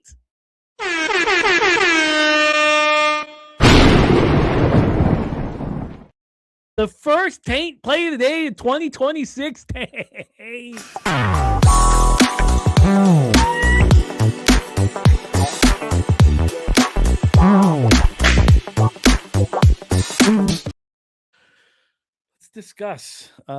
Let's discuss why we are on the Manhattan Jaspers in this one. Now, Quinnipiac is as was just mentioned, undefeated in the Metro Atlantic. So St. Peter's, but Quinnipiac, the best team in the conference, sitting here 10-4. There are 3 undefeated teams in the Metro Atlantic: Quinnipiac, St. Peter's, and Merrimack here. And Quinnipiac, just took out Marist They lost at Hofstra, in their last road game. They did get the opportunity to play after the break, and so did Manhattan. They took out Ryder 74-71.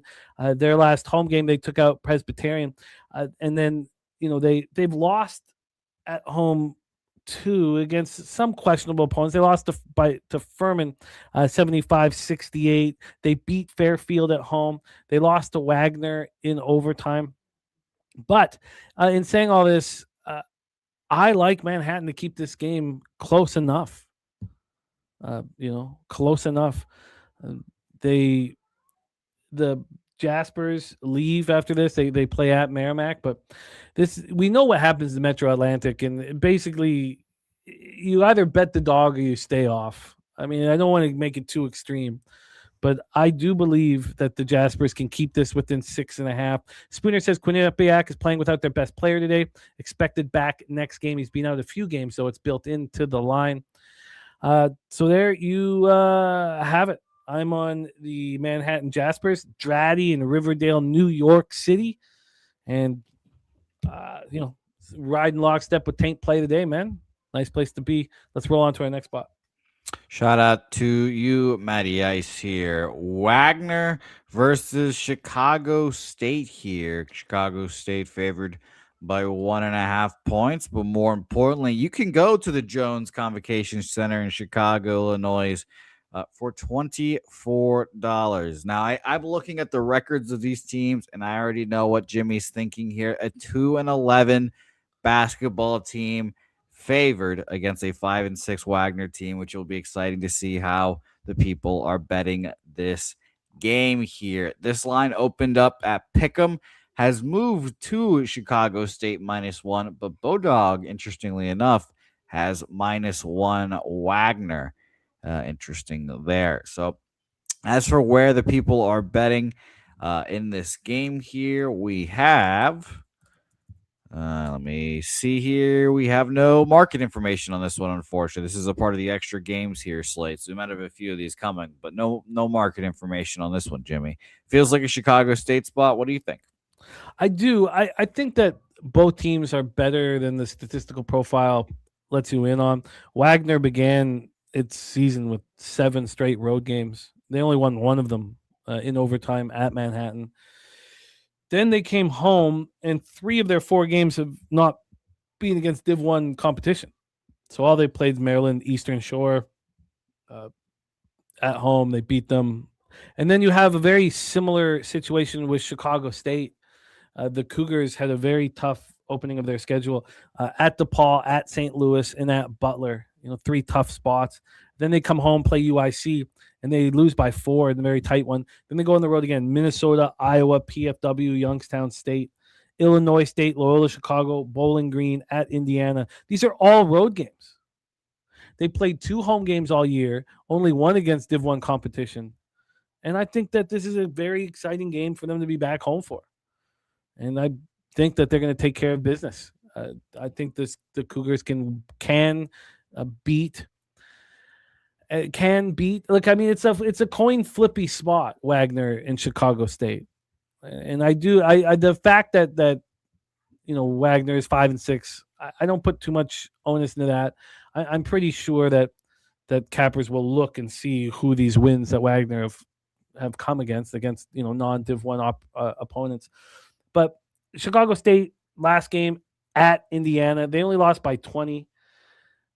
They beat Loyola Chicago. We watched Loyola Chicago, and that was at Loyola Chicago. I think the Cougars are not a bad basketball team. And I don't see why they wouldn't menace in the NEC this year. I think they'll be a legit team in the NEC. I took them on the money line at -107. I like the Cougars here. Now, Wagner would have the exact same record, basically, if they weren't, filtering in these Div 3 schools. I don't, but the records weren't bad. I think that we don't know what the Cougars are at home. And if you judge them by some of their road games, I think they're a good basketball team for this level in this conference. So I'm on the Cougars here. I got the money line -107. Let's roll on, my man. We roll on to Central Connecticut, Long Island here. Another game where we're not going to get market information here, but I can tell you this line opened up at 4.5. LIU has moved to -6. Long Island here. And like we've been saying, we are in the Steinberg Wellness Center in Brooklyn. We go hard. New York here. And it seems like you can get into this game for frizzle. So go out there and go get it. But what do you think, Jimmy? Well, fantastic news. Finally, a line that I happily beat. I got the 4.5. It's now at 6.5. Great news. A 4.5, 365. This is another spot where LIU's been playing on the road against really tough competition, and Central Connecticut hasn't played since the 18th. I mean, it's very difficult for these teams just to turn it on here. And look at what LIU did. At Mississippi State, they lost by 4. At Florida International, we're watching Florida International run roughshod over the Aggies. I mean, of New Mexico. So, this is a New Mexico State, sorry. This is a real legit NEC basketball team, the Sharks. They come out of the Christmas break. They lose at Georgia 89-74. There's no embarrassment in any of these spots. We have barely seen them at home of late. Now, Connecticut has traveled, and they're capable of traveling. It's not that. But look at the home games here we've seen for LIU. They beat James Madison 88-79. They lost to Winthrop in overtime. They beat LaSalle. That's it. 3 home games. That's it. Again, I think that my advantage or my perceived advantages in college basketball are going to go away. It will go down to X's and O's and, breaking down other spots because the statistical profiles will be legitimate because they'll have a legitimate sample size. Here, LIU is better than their record indicates. They played a very tough start to the season. That's why this has gone from 4.5 to 6.5. And Central Connecticut, average basketball team. They again haven't played in a long time. I think I should double down here. Now the problem is, the only double down I could add is I could add a LIU double result. I think I'm going to do that. I'm going to add LIU double result. As the line's gone from 4.5 to 6.5, you'll be dealing with the first half that's close to what I got full game. Spooner, I guess I just didn't sit with it for long enough. I guess that's it, because I agree that LIU would be I think LIU is just a better basketball team. I think that was the beginning of it. I think wanted the 40 minutes, but you were right. Have to take advantage of Central Connecticut not playing game. And if I probably had sat longer and capped this with everybody, I would then be on the first half too. So I'm going to add the double result. Yeah, and I don't usually hammer a second time, but I'm going to add Long Island University double result. Shout out to Turnsey in the house. Rusty Kuntz. Play of the day, USA in the under 20s, moneyline -145. But yeah, I'm in it. I'm going to add LIU double result. I already have the 4.5 -110. Let's roll on, Jose, my man. We move on to Lemoyne and St. Francis here. Lemoyne, an interesting university here, and we're in the DeGaulle Arena in Laredo, Pennsylvania. Loretto. As you guys tell, I am not familiar with these universities' arena names. Very interesting. No market information in this game either, unfortunately, but I can indeed tell you that this opened up -6.5 Lemoyne. It has come down to 5.5 and 5 for Lemoyne here, Jimmy. I'm okay. So this is the bet that I didn't get in.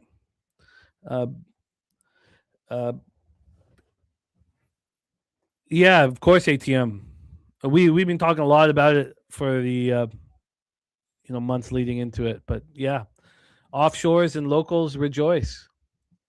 You play the hand you dealt, so we can work with it. But these legal American books are not going to be getting in much of our cash anymore.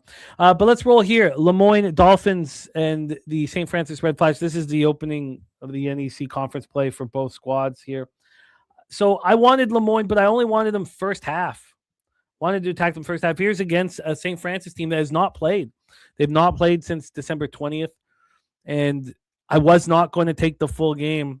I was going to wait here until the first half became available. And the line move against me does give me a pause and some, cause for concern.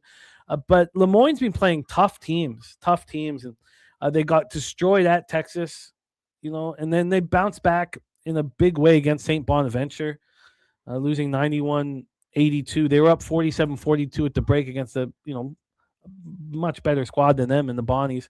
And then they played post-Christmas. They lose 72-64 at Boston College. So they've got the game under their belt. That was a really tough game. Again, look at Lemoyne first half. Again, they're down a point first half against tough teams. So I'm going to add Lemoyne first half. I'm going to add it here. And it's not that I think St. Francis Red Flash are that bad of a basketball team. I don't. They've had a very, very tough schedule with tough road games. So they're battle tested and they're better than, they're better than the market probably puts them at because of how difficult these road games have been. But they have not played in a long time, and Lemoyne's battle tested and ready to go. Shout out to MMA Locker Room in the house. So with that being said, that's the only bet that wasn't available for me. And I imagine, God, look at FIU up 18. Yeah, man. Let's just make sure that it is available for me now. And it is, yeah. So the first half is available. It's juiced at -2.5, but I will be on Lemoyne first half. And that will be in addition to my card that I've already put out on Discord and put out on X. But I'm going to add LIU double result. So there are only 2 spots. Let's roll on to our next spot on the board. Let's roll on to Fairfield, Fairleigh Dickinson versus Mercyhurst here. The last of the extra games here that I believe we're going to talk about with no market information here. However, we can go track the line movements, and I can tell you guys that we're in the lovely Mercyhurst Athletic Center in Erie, Pennsylvania, where tickets are only $29 here. It's not too bad. 6.5 opener. BOL still is laying the 6.5. Did get up to 7 there as well, but came back down.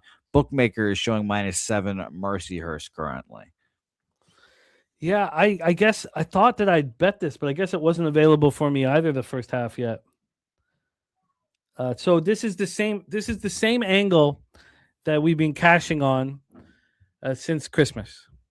You have a Mercyhurst team, the better team, that have not played since December 20th. They beat Binghamton at home. They feel good about themselves. They beat them by 21. They've been off for 2 weeks.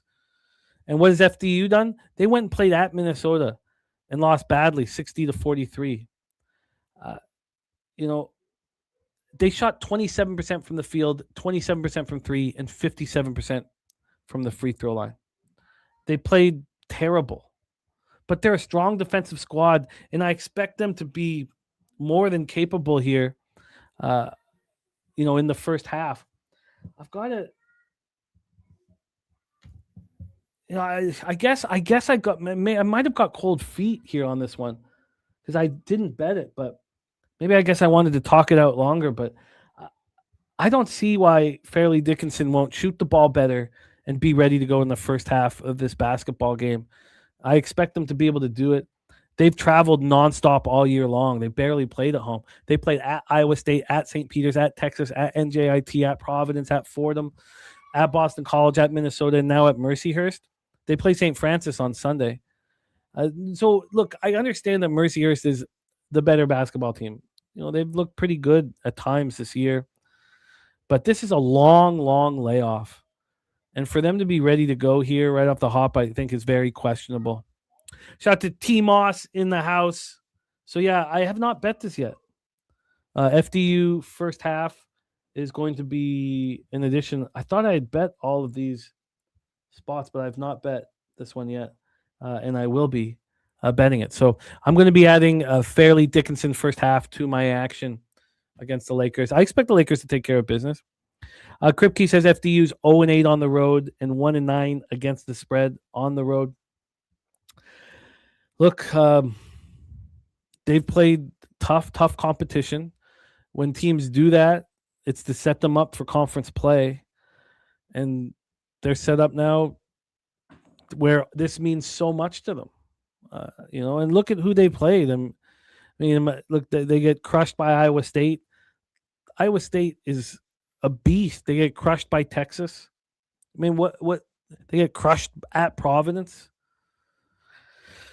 I think this is a buy low spot on FDU in their first conference game against a team that hasn't played since December 20th that I can back and support. So, and the Crib keeps saying that the 0-8 on the road, 1-9 against spread on the road. I'm gonna trust that pushes come to shove. It's conference play and that they can step up for the first 20 minutes against a team that hasn't played since the 20th.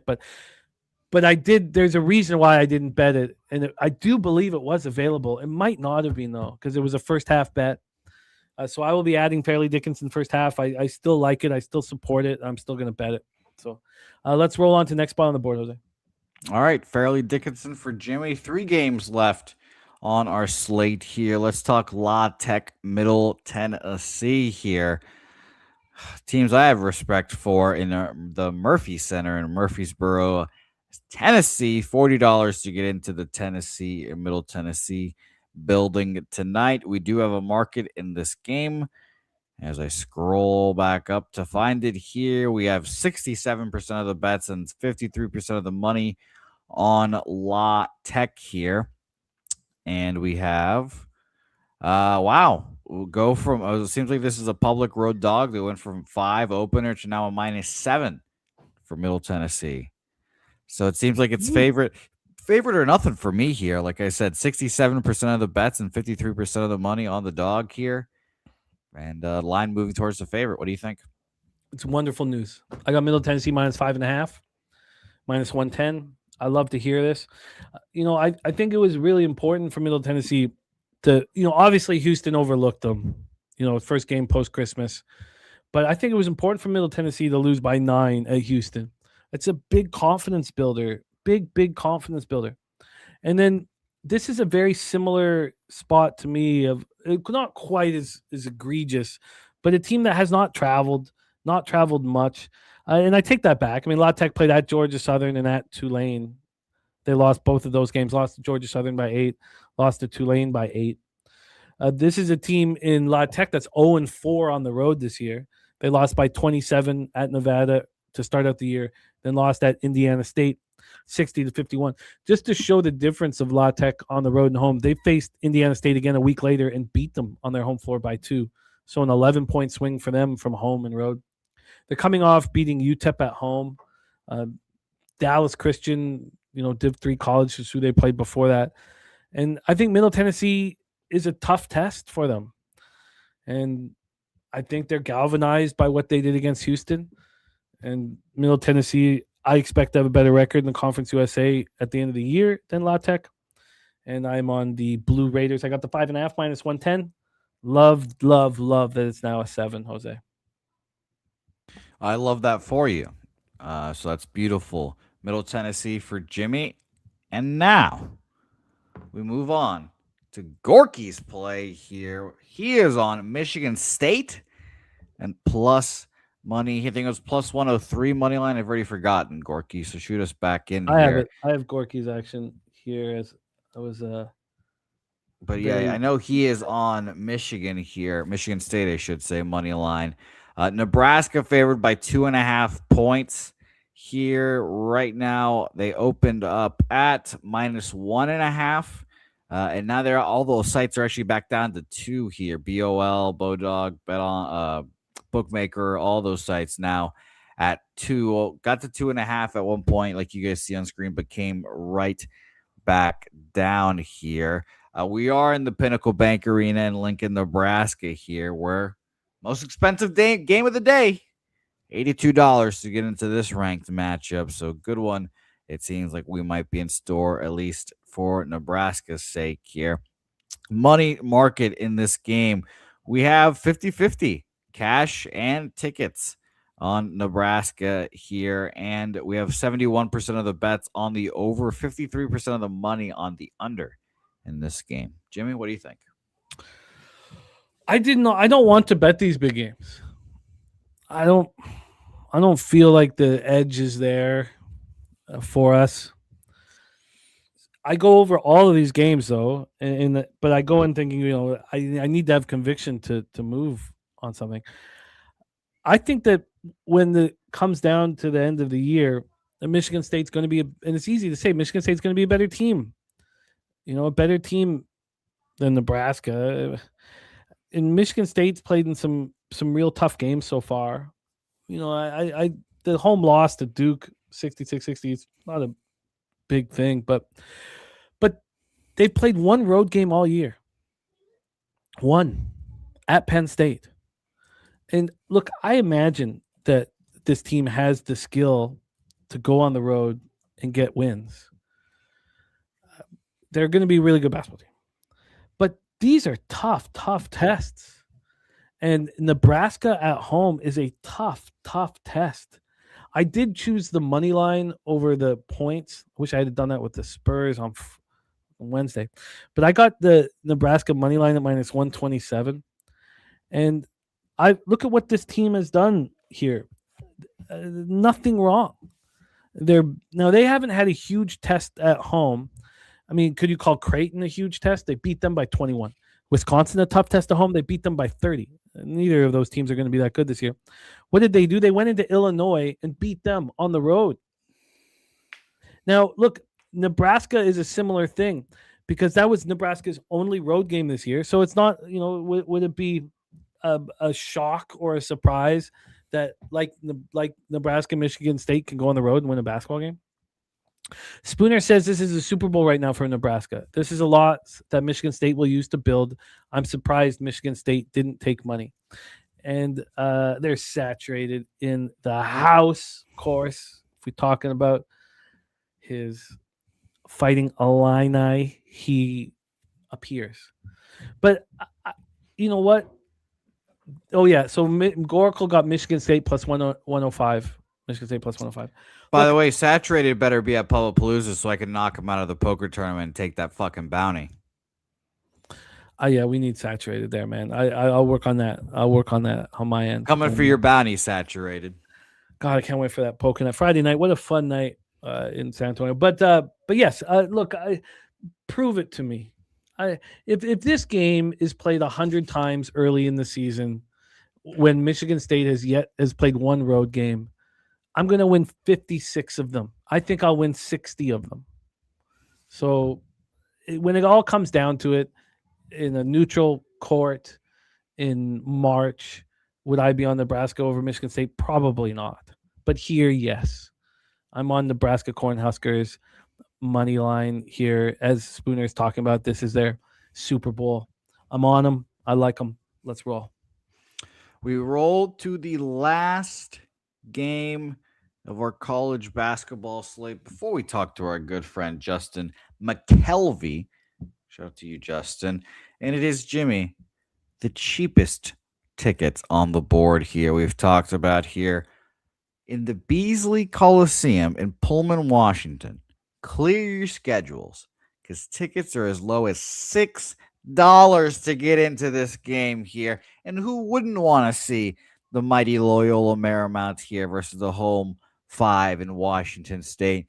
And everyone is betting Washington State this game, seemingly 70% of the bets, 95% of the money on Washington State's, and the books seemingly thrilled about it. Minus 1.5 opener, -2 now for Washington State. I'm going to do a quick refresh just to see if my lines are updated here. I'm seeing 2.5 now, but it got up to 3 and came back down to that 2.5 here. So, I mean, like you said, Jimmy, for your sake, I hope that you're on the mighty Loyola Marymount here because it seems like the market is indicating that they're the side. I am not. Oh, I'm not, Jose. I'm not. I am on the Cougars of Washington State. And, with confidence, look, Loyola Marymount is a better basketball team than Washington State, arguably. And Loyola Marymount has a huge game on Sunday in Spokane, Washington, at the number 7th ranked Gonzaga Bulldogs. Are they thinking about that game in Gonzaga? I don't have that answer here, but this is a look ahead spot. It is a look ahead spot. We have not seen Loyola Marymount travel this year. They had a short roll. Well, UTEP is a bit of a run for them on November 11th. They went at UC Santa Barbara on November 17th. That's their last road game, November 17th. Look, the Cougar fans care, and they will be at this game. Now, I know the tickets are only $6. Do you know how much the cheapest ticket is for the game next on Sunday? Expensive. $50. Well, I've got the lowest I can get here is $322. Yeah, that was a guess. Wow, look at that. So Biggest game of the year for them. But I will challenge your contention. I don't think there's going to be a soul at this game. For sure. These tickets are $6. No one wants these tickets. They're trying to give them away. No, it's just you being a Pullman, Washington, man. Things are not expensive in Pullman, Washington, man. I think that people will be that kind of place. I think people will be at Beasley for this, and I think this is a bad spot for Loyola Marymount with Gonzaga on deck. By the way, quick update for you, Jimmy. 0-0 first quarter. Rice, Texas State. Oh, wow. That's fun. And so let's talk about Washington State. They just went to Seattle and lost. Big slap in their face, losing at Seattle U by 14. I think that helps them. They had a 3-game winning streak. They've played well at home this year. And I am uncomfortable here that it's a public spot. I don't think there's any way this stays a public spot with Loyola Marymount at 10-5 and Washington State at 6-9.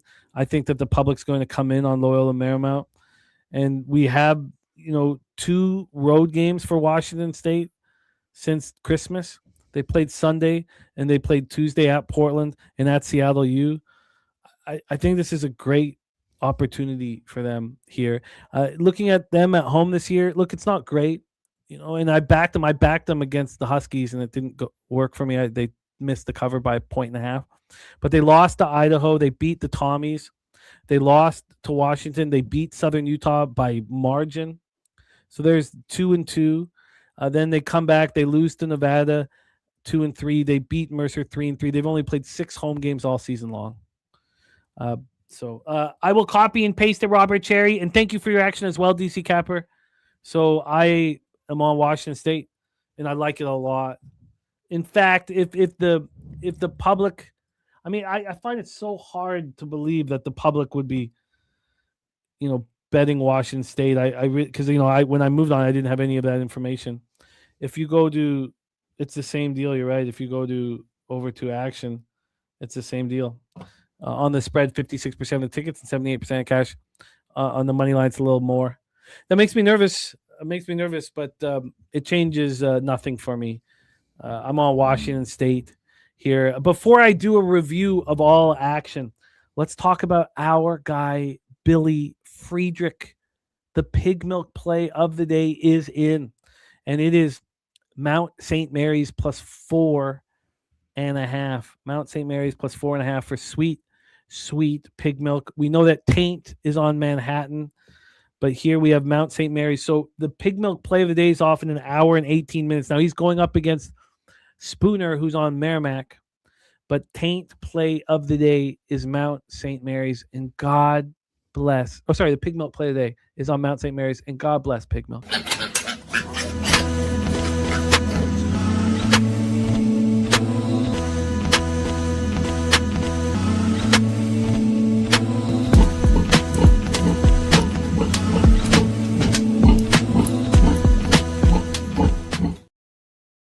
Looks a little bit like you on the New Year's Eve.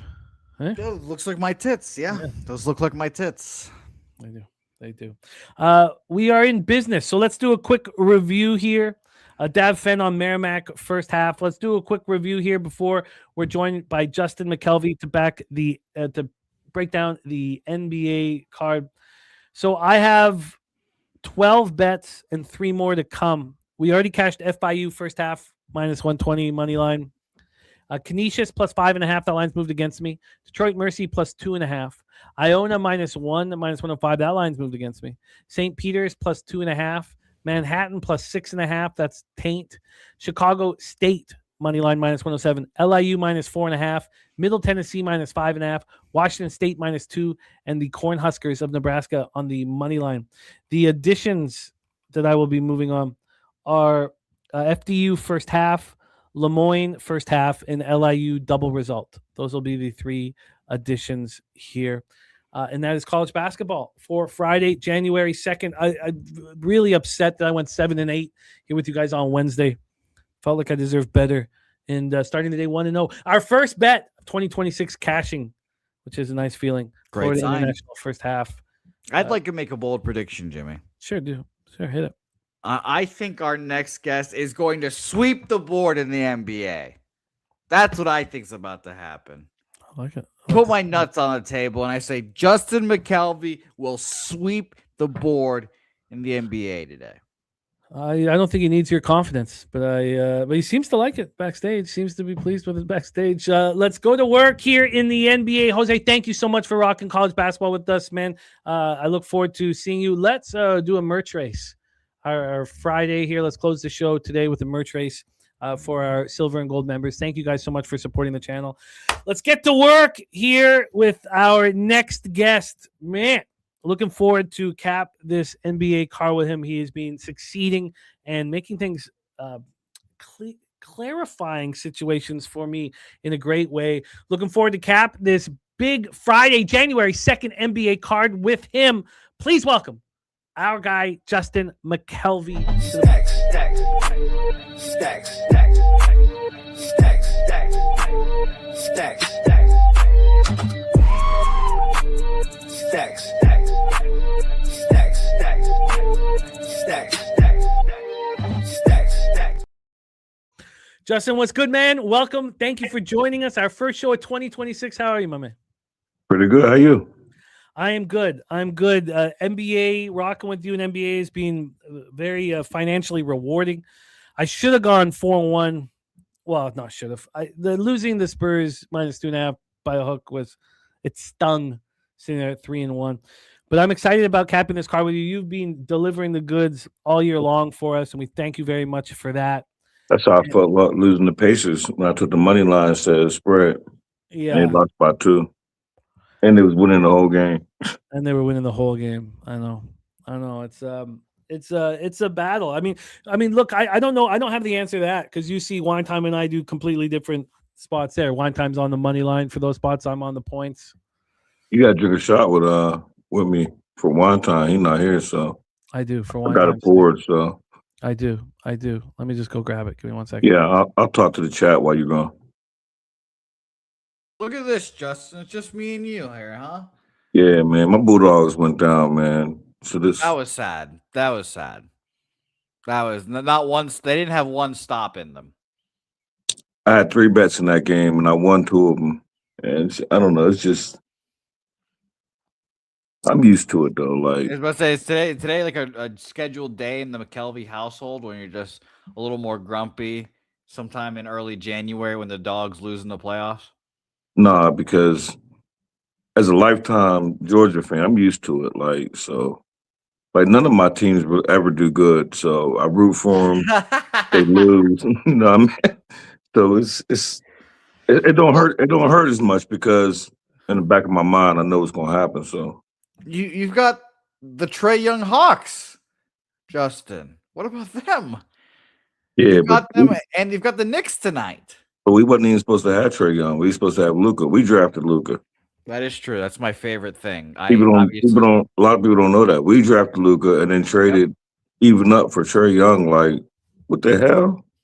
Didn't nobody talk to me about that before that trade? Like, they bugging. I remember that draft very clearly because I hate Trae Young. I hate Trae Young because he went to Oklahoma. So seeing his fall has been fun, but the Hawks indeed should have traded him a while ago. And Too bad Jose didn't hit a little creme de cacao with us, man. And why Trae Young don't get some braids or like some cornrows or something like? I'm done with alcohol until the 17th. Whoa, hold up. Sorry. Till the 17th. Creme de Bourbon and cacao? Coke.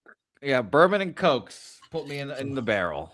This is That's gonna the be good nice. thing about my Friday shows. It gives me a reason to day drink. Cheers. Here we go. See, we're all having a great time here. Great time. And by the way, Jimmy, I have some Venezuelan food waiting for you. Some Venezuelan Christmas food waiting for you when you get here. Oh, really? Yeah.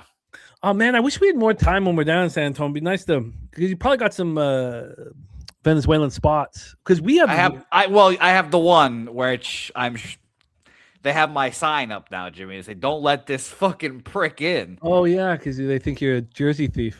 Jose, so when we go, like, if I make it down there and we go out to San Antonio, like, so if we go somewhere to a bar or somewhere, and I'm with you, what should I expect? Like, we go out together. Well, you shouldn't expect much conversation because I'm extremely disappointing to meet in person. No, I'm not talking about from you. I'm talking about the people who receive us. Oh, they're great times. Great times. Okay. The bar, you don't have to go anywhere else besides old Southtown 101. That's They won't know. They won't know who Jose is. Like, I didn't know they'd be like, damn, Jose in the building, like, and lay out the red carpet or smoke and lasers. No, like start passing out blunts and. No, they don't. When I arrive, the women that hold the signs don't come around and says, "Oh, welcome, Jose." No, it's the exact opposite. When I arrive at your bar is probably dead. And so, is this something like I should bring sand to a beach, or should it just be the guys? Pete did it once, and he was too busy hanging out with his girl to hang out with the guys. So I recommend having it be a mates trip. I don't have a girl yet, but by then I think I will. Oh yeah, of course, of course. And yeah, don't bring her. Yeah, you can you just said, sand to the beach. You know. No, if she needs a trip, if she really needs a trip, like it's a great place to go. But then you'll have to take her to the Riverwalk. You'll have to do shit. No, because she lives in Florida, so she don't watch this show. So okay, we're good. She won't even know. I just won't even tell her about it. Yeah. Don't. It's better just to. It's just gamble. Right. Yeah. I'll leave her at home. Yeah, and by the way, again, for the people that are wondering, March 25th through the 30th. Like I said, it's the work. I tell her it's a work vacation. Of course. It is. Right. We'll talk about work when I pick you up, Justin. Oh, it is. All the shit off. And then we could write it. Yeah, there we go. Perfect. Write it all off. Yeah. But I wish you luck. You got a briefcase? A briefcase? Yeah. No. Okay. I have a backpack. Does that count? A briefcase would make me feel like I'm 80 years old. Because if I leave her in Florida, I got to come with a briefcase, and I don't want to be one of them dudes that walk around with an empty briefcase. So do you have a briefcase? I do. Of course he does. What do you store in there? I'll text you about it. Okay, fair enough. God, too many questions. I'm interested. I'm interested. Question after question. Do you have a briefcase, Jimmy? I don't. Okay, I wish I was going to get one. No, if he did, he would throw it off the balcony. What was that? 2 years ago, they do the laptop off the balcony. That was a terror. I have no recollection of it whatsoever. So imagine if they had a briefcase. Maybe it would be a little more protected than. It would go, no, a briefcase would go even further. Oh, it would start frisbeeing like. Oh yeah, but I would use it as a weapon for sure. That's true. We're now exploding the briefcase market because Kripke now wants one. So as he should. Watch out. If you tell your girlfriend you're going on a business, like it's a business trip, you gotta have a briefcase. You can't just pack up and with a duffel bag and some Air Maxes and be like, I'm going on a business trip. That's fair. Briefcase would be a good weapon. That's true. I got arrested for assault with a weapon, and it was a silver sandwich platter. Of course. Yeah. That's silver. Hang on. The one in platters. Yeah. Where the sandwich was on. Yeah. So you ate all the sandwiches and then used the platter that it was on as a weapon. I had best friend growing up, thrown to the ground, being stomped on by 7 or 8. We were totally outnumbered. I turned around my two biggest friends. Going, and they're on the ground. At least they went in. What are you supposed to do? I don't know what you're supposed to do in a situation like this. I'll never know. I've had lots of people tell me that I was wrong for doing what I was doing. And really all I was doing was making space. I was swinging it around like a fucking wild man just to make space, get my friends out of danger. But it was a very difficult situation. You grew up the way I grew up. My thing is, I grew up like, if I'm with my homie and he getting his ass kicked, we're not just going to sit there and watch. Either we're all getting our ass kicked or we're going to change the outcome of this fight. Oh, I got my ass kicked. Yeah, I mean, sometimes that's the outcome, but it's only one or two ways. I was a wild man, and I got a lot of respect from, my best friends, but they got the platter out of my hands at some point. But yeah. It was bad. It was bad. I remember I was talking. I was talking because I brought my girl back from Toronto. This is Millennium New Year's in 2000. I brought her back from Toronto to meet my friend's family. So I don't know where she went. I didn't know what happened. I'm of course in the fucking holding cell, whatever. And I could just feel, when you're talking to cops and you feel lumps just growing on your face. Like I know it was just growing. This was growing here. And this was growing here. Like as we were talking, and they kept referencing it too, but whatever. So you got beat up. I got beat up, but I made space. I saved my friend, whatever. We all got beat up, but it could have been a lot worse. We were outnumbered.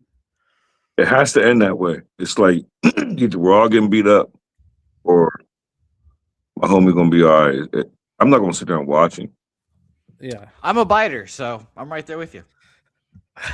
But my whole thing is you got to throw the first punch. If it's your problem, you got to throw the first punch. I'm not throwing it for you. But and obviously, I've never been in a fight before. If you guys, yeah, see, that's a problem. I'm not fighting for you. I'll fight with you. I'm not fighting for you. Well, Jimmy Gomez, he's our backbone down in San Antonio, man. He's itching for it. He's itching for anyone to look at us the wrong way. Perfect. He's begging somebody just says something to any of us. That means I can go down there and start some shit and be like, yo, Jimmy, you heard what he said? Yeah, Ixnizzle, if you catch Ixnizzle in the wrong time, he'll be ready. He'll be ready to go. I'm gonna link up with he out there. He a few hours from me. I finally got his number a little while ago. He out Cleveland, so let me know when you guys do that because I'd love to come down and run with you guys. I love Cleveland.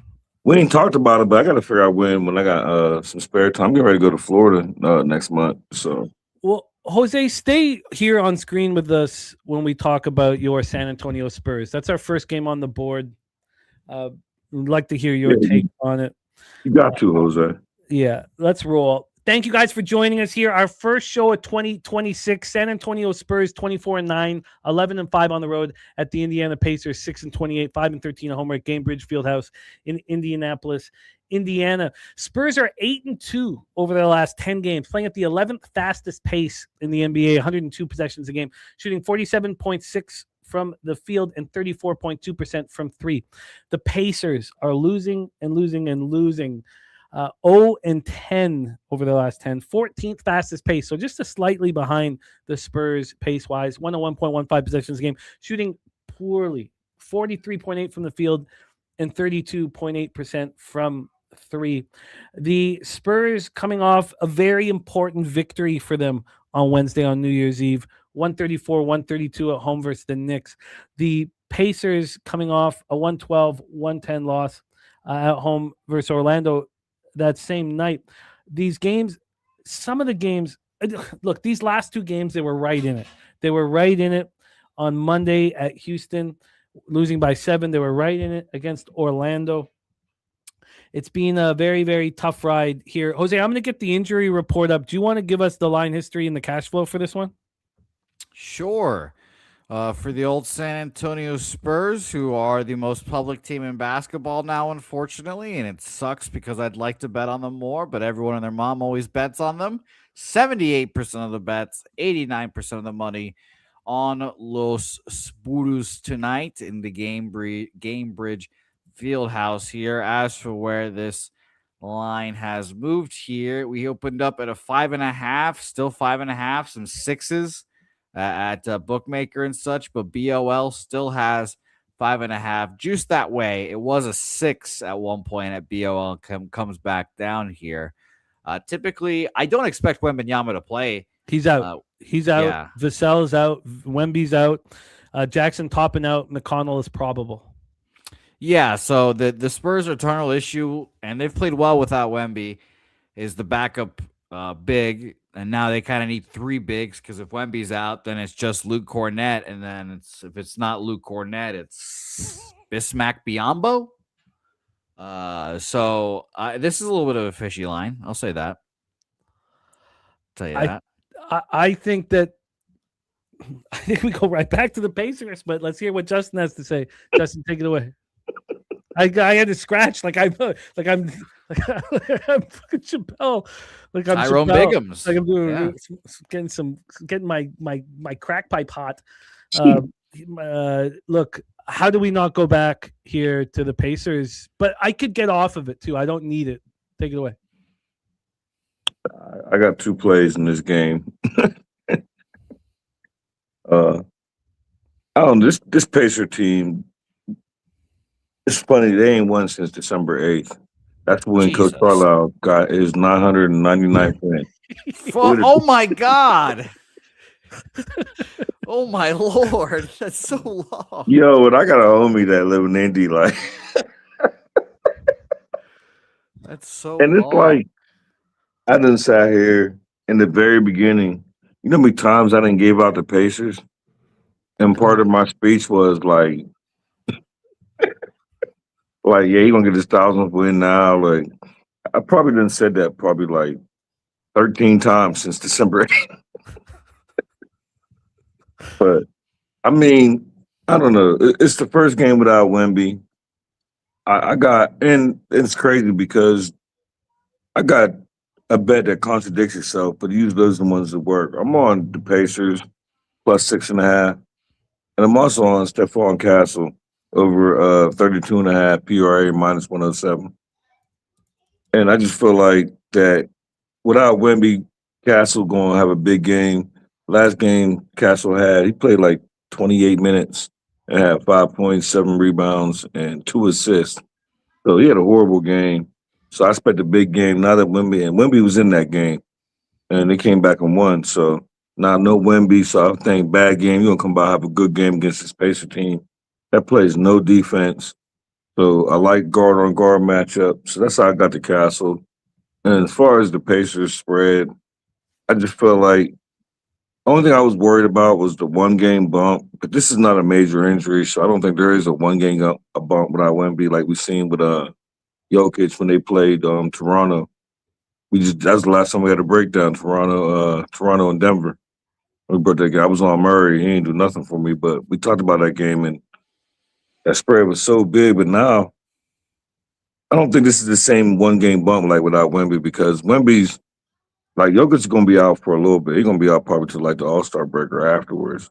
Wemby, he only going to be out for a little bit. So I don't think it's the 1-game bump. So I ain't playing the money line because I think Carlisle going to have to wait for his 1,000th win, wait a little longer. But I'll be on the Pacers plus 6.5 and I'm on Castle over 32.5 points, rebounds, and assists minus 107. I'll say this. I kind of expect Fox to be the guy that at least carry the scoring load here tonight because last game he played like dog shit. And the game before, I don't think he was in. So if you think Fox played like dog shit, you should look at Castle's stats just look at the last game. Well, Fox, at least Castle's a little more forgivable because he's a young little boy. I mean, Fox is supposed to be the second guy on this team. By the way, all of my friends are like, "Aren't you a Celtics fan?" Because I'm all in on this Spurs team. Jimmy, I think I told you this. I bet them win the Western Conference as well, 75 to win like 1,000 or whatever it is. So I'm all in. I've been all in. Oh yeah, I have their win total. Oh yeah, I have it too. Yeah. I couldn't help myself, but the number was just ridiculous. Like, the they're going to be a top 2. They're going to top 4 seed now for sure. At least top 2. And if they can find a way to avoid the Nuggets, that is the biggest thing for our health, Jimmy. We just need to avoid thick centers that can just lean on Wemby and just wear them out. And we need Oklahoma City. I want Oklahoma City bad in the playoffs for the Spurs. I don't think you do. I do. They're the same team. Nobody wants them, man. Nobody. Why? I want a smoke. 3-0. Game's not even close. So because y'all a healthy Spurs team. Oh. This is, y'all just blow the OKC out in the playoffs, huh? Talking to you guys about this and feeling the Wisers with no food in my stomach. I feel like we're in San Antonio right now, man. Yeah, this is just a little. This is what happens. This is the first show. And the funny thing is, I usually tell your futures, Jimmy. I can't get in that boat. No, but I got it a while ago at huge numbers. But I get it. I just want it in my pocket. There's 2 big problems. One, Wemby is just one twisted ankle away from being done for the season. And 2, okay, y'all won in the regular season 3-0 against OKC. Winning the regular season and winning the playoffs, I would take my chances on OKC. I can't wait. It's gonna be fun. Yeah. Look, okay, no one's questioning the fact that I can't wait to talk about the Thunder when they come up here. But I need a future though, so it can't be OKC. You're going to regret not taking the future when you're down here in San Antonio, Justin, having a beer. You're going to be in front of the Wembanyama mural in Southtown. You're going to be like, fuck, I could have my money on this. You might even go to a Spurs game while you're down here, Justin. And I would have to. Oh, fuck. Yeah, no, unfortunately, they're not. Unless I think they're there. I think it's a Monday. Which works. I would make sure I would stay longer. There's no way I would come to San Antonio and not see Wemby. You should go. Everybody should go to that game on Monday, in fact, because the Monday shows, our Medicate Monday show live in studio. It's great. A lot of us leave that afternoon or whatever, but some stay. Like Nasty Nate will be staying. Oh, yeah. So I could do Medicaid and then get on the road, probably the next day. Oh, You're driving? That'd be the way to do it. Oh, yeah. Justin doesn't fly. Yeah, I don't fly. I forgot. I do not fly. What a savage. I respect that. I'm not flying no. So as long as there's not water involved, I'm driving. Let's talk cash here in Turks and Caicos. None of this is being put out on X at this point. Justin, are we line shopping? For you line shop for the Pacers for the Stavon Castle. I got over 32.5 PRA minus 112. Okay, beautiful. And then you line shop the Pacers for me. All right, Jose, I enjoy having you here for this. If you want to set up the line in cash flow, but if you got other, it's totally up to you. You want to hang with us for this breakdown? No, he don't have nothing to do, Jimmy. Sure, I do. Admittedly, I have the dads still, so I do have to take a shit, but I can set up this next. I have the dads, Justin, the day after. Why do you guys say things like that? Why can't you be like, yo, I'll be right back? Yeah, I'll be right back. Well, I just want to be transparent with you guys. No, that's not the transparency we're looking for. Well, you said honesty, transparency. That's what I'm about, Jimmy. I have to shit. And speaking of games, Brooklyn Nets, Washington Wizards here. The battle for the bottom.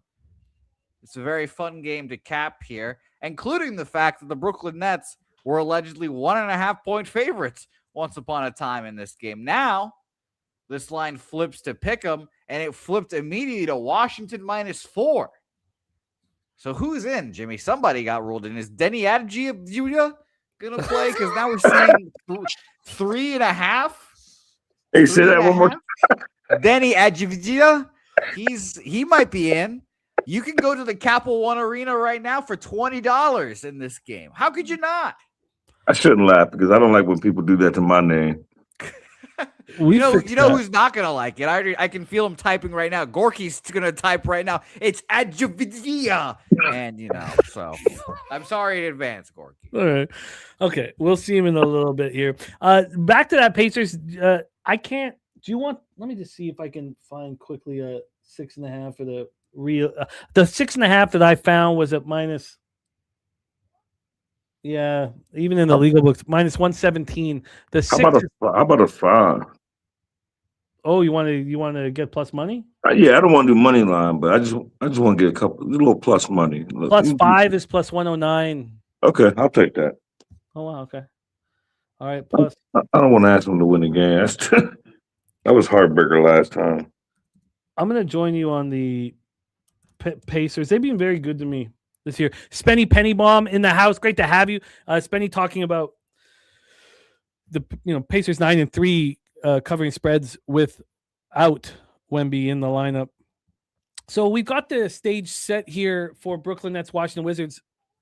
The fact that I wasn't on with the Wizards on Wednesday when we talked about how horrible the situation was for the Bucks was again, and I don't want to use this as an excuse. And now that we're done the football regular season, I hopefully never do, but it was just exhaustion. There's no reason why that shouldn't have been added late, but I just, I didn't, and I'm still angry about it. We've talked about this move towards the Wizards. Jose set it up for us. They opened up at plus 1.5. Now we're minus 3.5. So it's a 5-point move, which is, enormous. We heard the cash flow already. It's just 58 and 59 on the Wizards. So this move, you would think it'd be predicated on player personnel here. So we have for Brooklyn, Thomas out, Porter out, Highsmith out, Claxton out, and Terrence Mann is probable. For the Wizards, same deal. George, Kispert, and Whitmore out. Look, I'm a little hesitant, and we'll hear from Justin on this, and I can dive a little bit deeper in a couple of things that I'm talking about. But we look at the Brooklyn Nets and Washington Wizards and think they're just absolute trash. Both are playing 500 basketball over the last 10 games. 500. So both are 5-5 over the last 10. Brooklyn playing at the 25th fastest pace, 97.8 possessions a game, shooting 46.6 from the field and 35.5 from three. The Wizards, 5-5, 19th fastest pace. We remember the Wizards running up and down the court like idiots, playing way, way, way too fast. Oh, man, you can't. I can't look up and see that. Oh, well, hold on. I think I'm not doing right. I thought maybe you might, Well, you were probably right to that, but still. To my man. Hey, this one is to our guy, Wine Time. We don't know at what point he's in right now, and we all know what it can be like when your girl's in labor. Our thoughts are with you, Wine Time, and we believe in you, and we can't wait for your family to grow as our man Justin's family grew 4 or 5 days ago. We're thinking of you, Wine Time. We love you.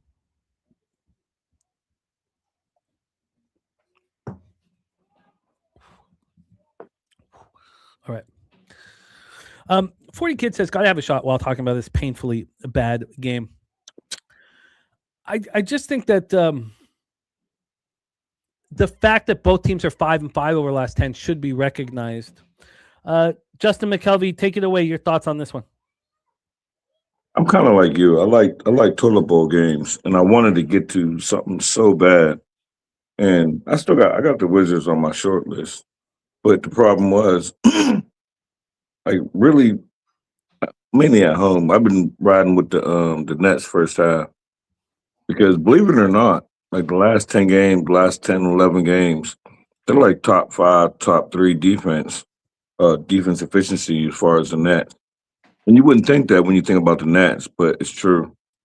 So that kind of laid me, and I wanted to be like, but I didn't want to play God and be like first half Nets, full game Wizards. So then I was just focused on the Wizards. I got them underlined. They're on my short list, but this is one toilet game. I'm probably going to sit on the sidelines. But I do kind of like the underdog. Yeah, because they're playing at a much slower pace than we're used to, both teams, really.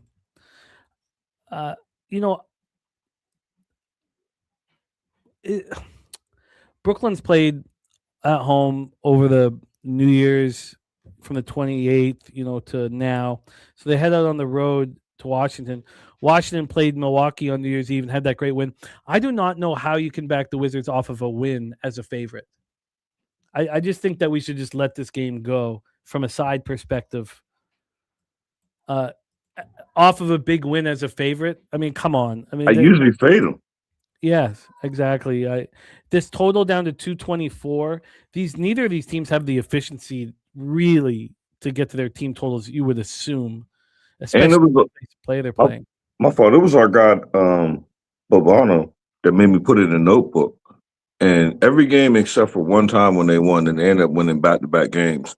The Wizards off a loss, they lose by double digits. Or my fault, Wizards off a win, they lose by double digits. And it happened after every single one of their wins except for the last one because they won back-to-back. And then they turned around and lost to the Suns.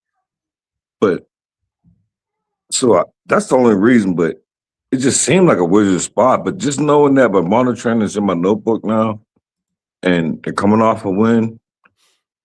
But I can't back them, but it just seemed like it's a Wizards spot. So I do not know how, with the efficiency of these two offenses, that they'll be able to get to this number. In saying that, and again, our mental health as gamblers is important.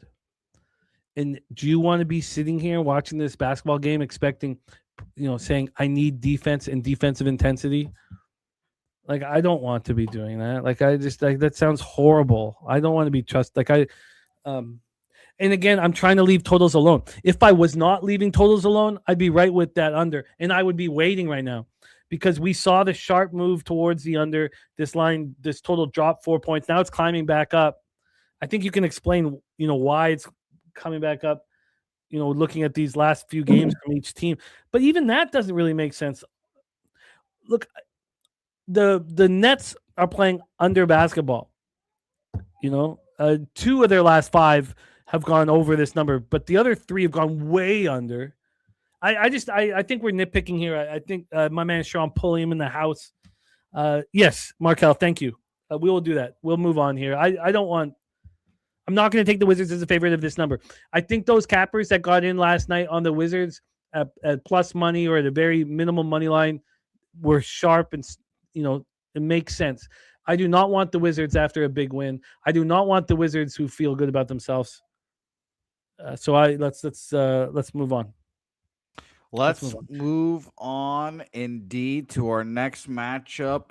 The Jokic-less Denver Nuggets versus the Cleveland Cavaliers here. 13.5-point favorites. They are $37 to get into this ball game as well, by the way. Market in this game, wow, there's 54% of the bets and 65% of the money on Denver, shockingly enough here. This line has moved from 10 to 13.5 to 14 at Bodog and Heritage right now. Sorry, say that again. Sorry, I missed that.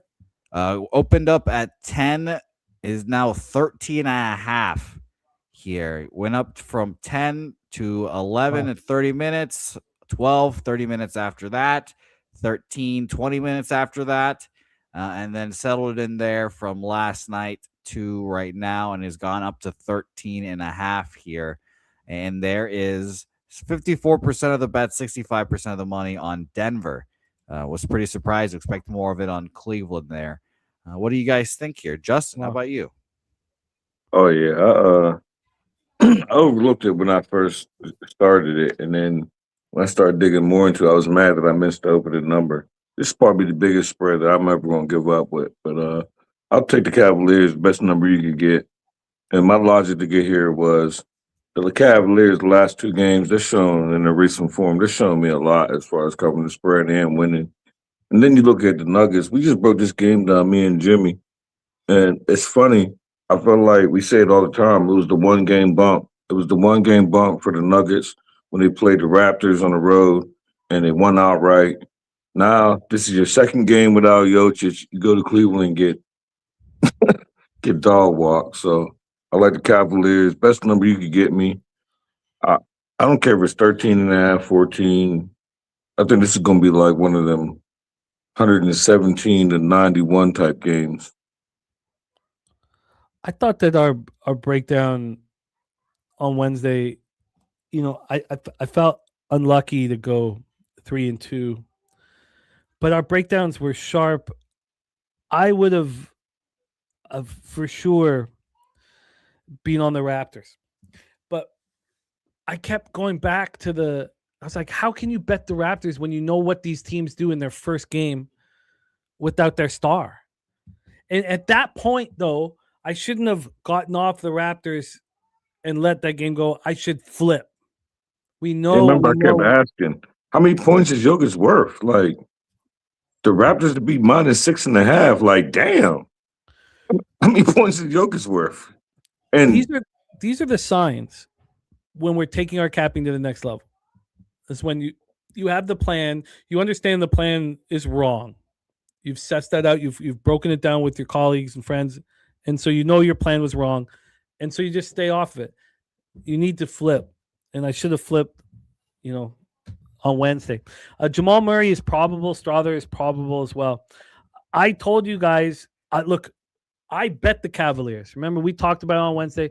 I put my money where my mouth was. We talked about the $1,000. Just pulled up $1,000, put on the table who you're going to bet, and I said the Cavaliers. The longer we sat with it, then I was like, look, I know that and this is a rare thing we're going to have here in the NBA because the NBA is such a tight market that the statistical profile is not fair to the Cavaliers. It's not fair to the Cavaliers. Now, this line is insane to me. It's just, how, like, at what point you just pump the brakes and like, look, 13.5? That number is absolutely insane to me. And I get, like, look, we watch the Thunder covering these spots. Do we want to compare the Cavaliers to the Thunder? No. When Mobley and Allen are healthy like they are right now, this team is a juggernaut. And I was telling you guys on Wednesday that there was this big radio show I was listening to with pretty sharp dudes, and it was a Toronto-based radio show. We were talking about who are the Raptors worried about. It's just the Cavaliers and the Pistons. The Knicks did not come up. Now, look, it was a mistake. The Knicks should have come up. The Knicks are, playing bad basketball. Bad, not bad meaning bad, bad meaning good. But they're playing very, very good basketball, so they should have been in. But it was just the Cavs. We know who the Pistons are. We just don't know who the Cavs are right now. And the fact that they're sitting 19 and 16 means they should be bet every day. The market understands that. This number is insane to me. So I will line shop for you. It's just too. I imagine they win by 20 here, and we should trust it. But I would much rather trust it if we got in a little earlier. So I'll line shop for you here. And again, we've been capping these games where we've seen, generally being the Thunder, easily cover these spots. That's why this one was, especially when I knew I was doing the show, when I seen it, and I was like, oh, shit. And then I looked at that last game, and I remember talking to you about, I remember it was Toronto -6.5, and we talked about the team total, and I was like, my fault, Toronto -6.5, playing against Denver. And I asked you, I was like, well, damn, if Jamal Murray don't cash his 30 points, how are the Nuggets going to get to their team total without Jokic? And how many points is Jokic worth?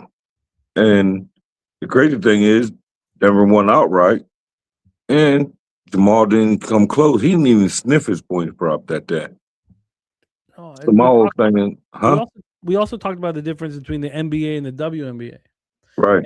And when we're talking about, we're talking about being arrested for a fucking pie plate, a silver fucking sandwich platter in my hand, it's because we, generally speaking, as a, I don't mean to like make this weird and sexist or anything like that, but generally speaking, men step up when their brothers go there.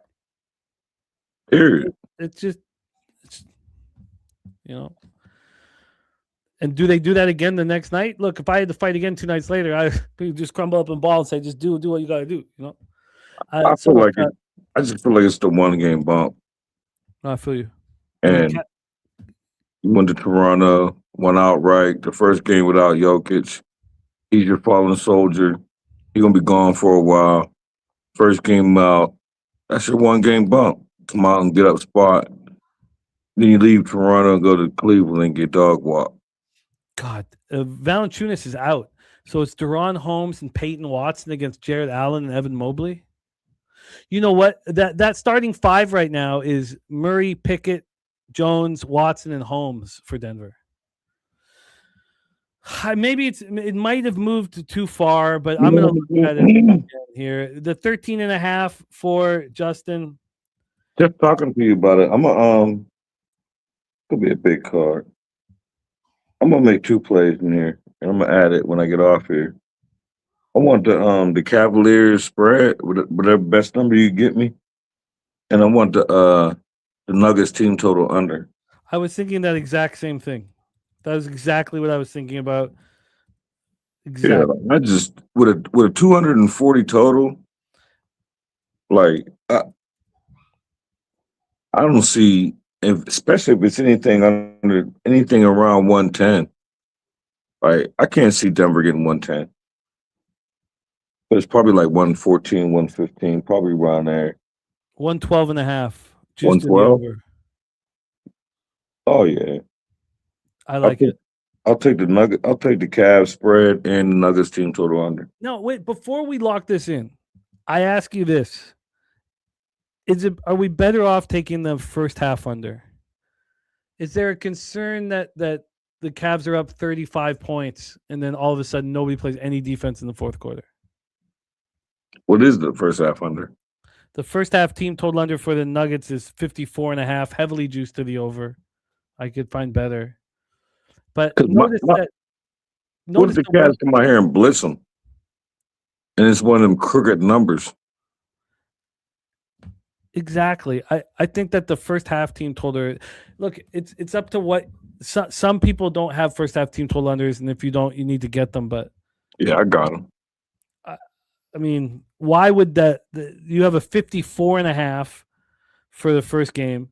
Sorry, for the first half. So you would think that the full game total would be, not 112 for the Nuggets. I mean, there's a concern that defense goes, fall. Like if the final score is 137-113, it would, that's such in the cards, even though and you know what? I do like that because coming off that outright win in Toronto, of course you're gonna come out sluggish the first half.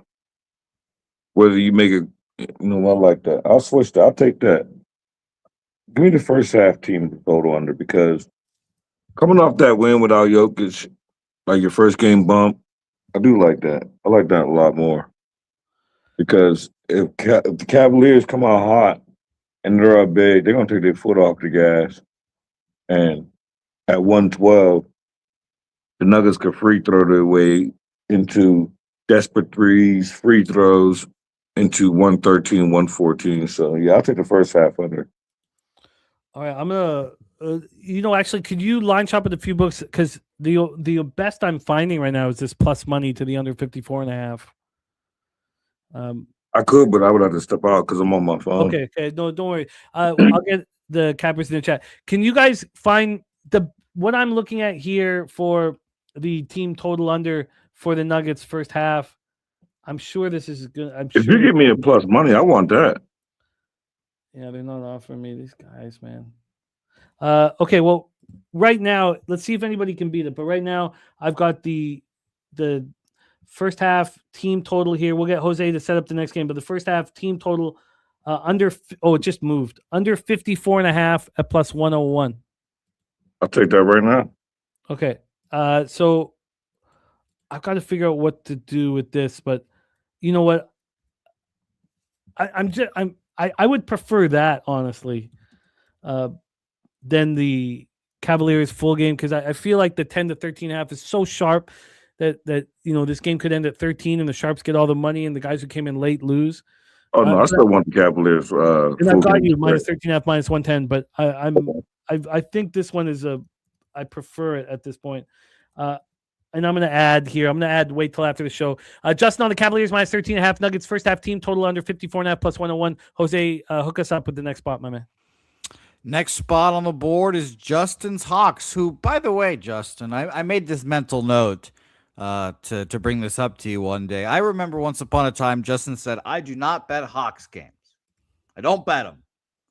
And then a few weeks ago, he bet on the Hawks money line, and I was like, "Who is this man? What did he do with Justin McKelvey?"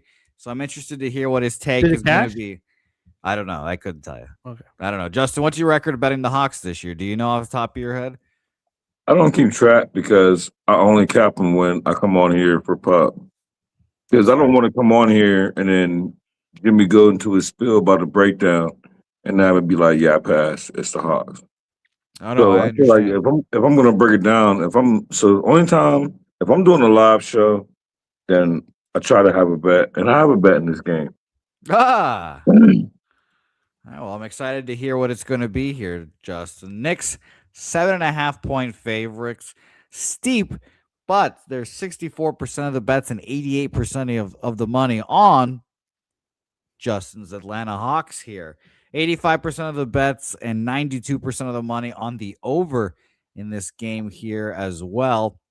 As for the side here, opened up at 7.5, down to a 6.5 at BOL. Some sevens still on the board here. And more interestingly enough, this total, 245 opener, now 242.5, 242s.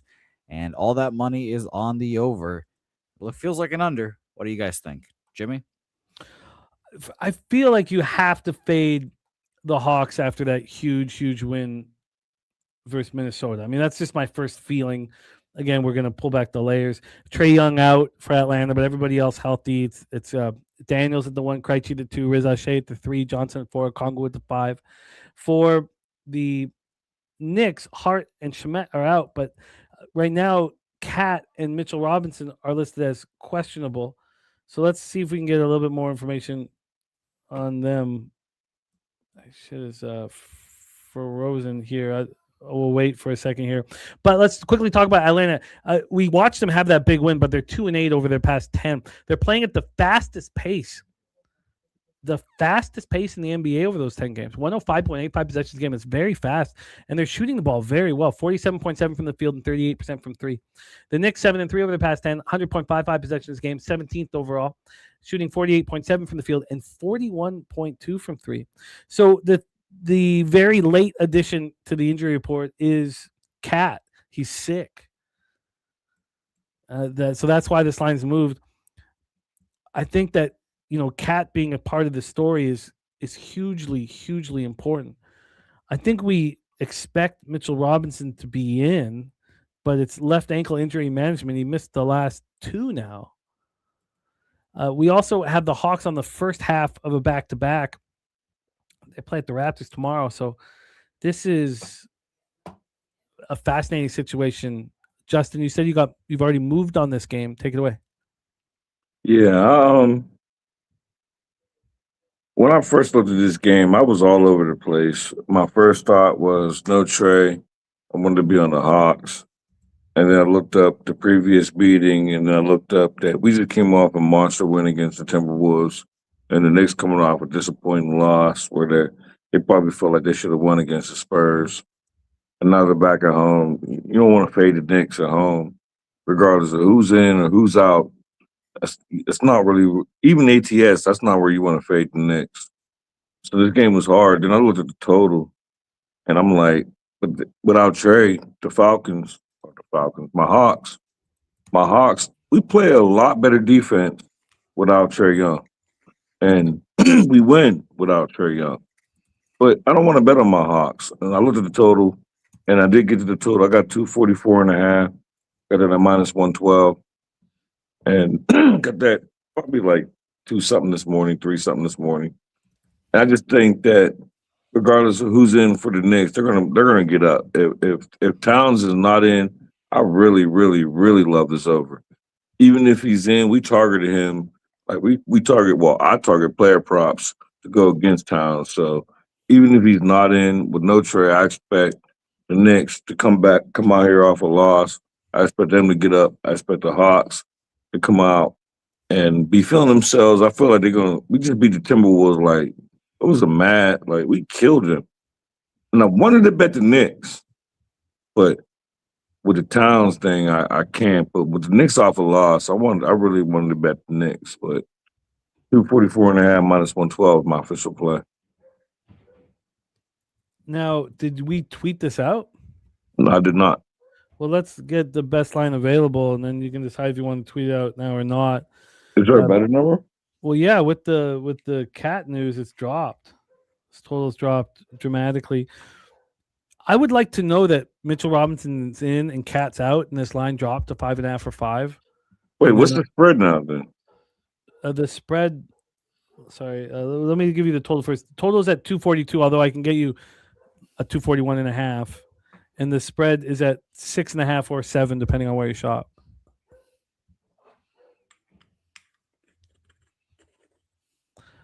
Let's get you first off the over 240, 241.5 minus 113. Damn, I want to add it there. I want that line to go down to 5. This is what I want here. And so I need this. I want Cat to be announced out, which I think he will. Mitchell Robinson to be announced in. And then I want to move on the Knicks at home at 5.5. So I'll be waiting for that to happen. Robinson in. And that was 241 what? 241.5 minus 113. Thank you. There's our guy, OE in the house. I moved heavily yesterday on the Minnesota Vikings against Clayton Tune. I know they picked up Desmond Ridder, and I pointed and laughed. Now, we have had no change in any of this, but JJ is available. No change in any of the lines, no change in anything. I moved on the Packers team total under. It was very expensive, but there was no other option. I couldn't get in any. I got under team total under 14.5 minus 150. I got the Vikings minus 7.5 minus 110, and I got the Vikings double result minus 135. Do they play tomorrow or Sunday? Sunday. Okay. Those are. I can't speak for a late touchdown from Clayton Tune getting that. I don't think it will against Flores. Flores is angry man right now. But those are to me the best spots on the board. Jose, set us up for Magic and Bulls, my man. Bulls here, Magic Bulls here. 4.5 point favorites. Oh, thank you. Well, I was just going to say Steve Miller. Look, I get it. Atlanta money with Trey out. Trey in New York outline. Trey's out though. It's Trey's out, but I just don't think that after destroying Minnesota, I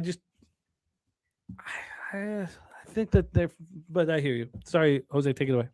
No worries. 10-6, by the way. 10-7 probably. I don't know if they kicked the PAT yet. Rice, Texas State. Texas State is up 10-7. So there we go. Very funny nonetheless here. 75% of the bets, 87% of the money on Orlando in this game has moved from 4.5 to 5, 5.5 at Bodog, Jimmy. Yeah, it's a fun game here. The Bulls are 7-3 over their past 10. I know that injury problems are again wreaking havoc, but God, this team somehow wins basketball games, and despite all of the missing pieces to their roster.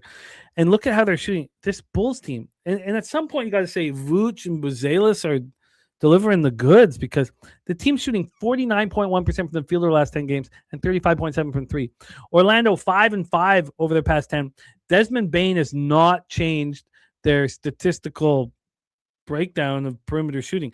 32.7% over their last 10 games, shooting 45.8 from 3. And he's sitting there good to go. Both Wagner brothers are out, Castleton out. Now, Isaac is a game time decision. Let's see how questionable he is. Well, he went through the pregame warmups. I mean, the shoot around. But that's not meant that much. It's a knee injury, and he kind of half-asses around the perimeter. So I don't know if Isaac will be in. The expected starting 5, Suggs, Black, Bane, Banchero, and Carter. For the Bulls, Giddey out, White out, Collins out, Trey Jones, Okoro, Buzelis, Smith, and Vooch is your starting 5. The Magic, again, just shooting the ball very poorly. Now under 500 on the road. I don't know if they can really be trusted. Let's just quickly set up the rest situation. The Magic have now This is their last game on the road. So they've been on the road for 3 games. They barely lost at Toronto, beat the Pacers. These are all very close games. And then they finish with Chicago. They fly right home. They play Indiana, and then they leave right away for another 2-game road trip. So it's a tough situation for the Magic travel-wise, finishing off their road trip. And then for the Bulls have been at home over the last few days.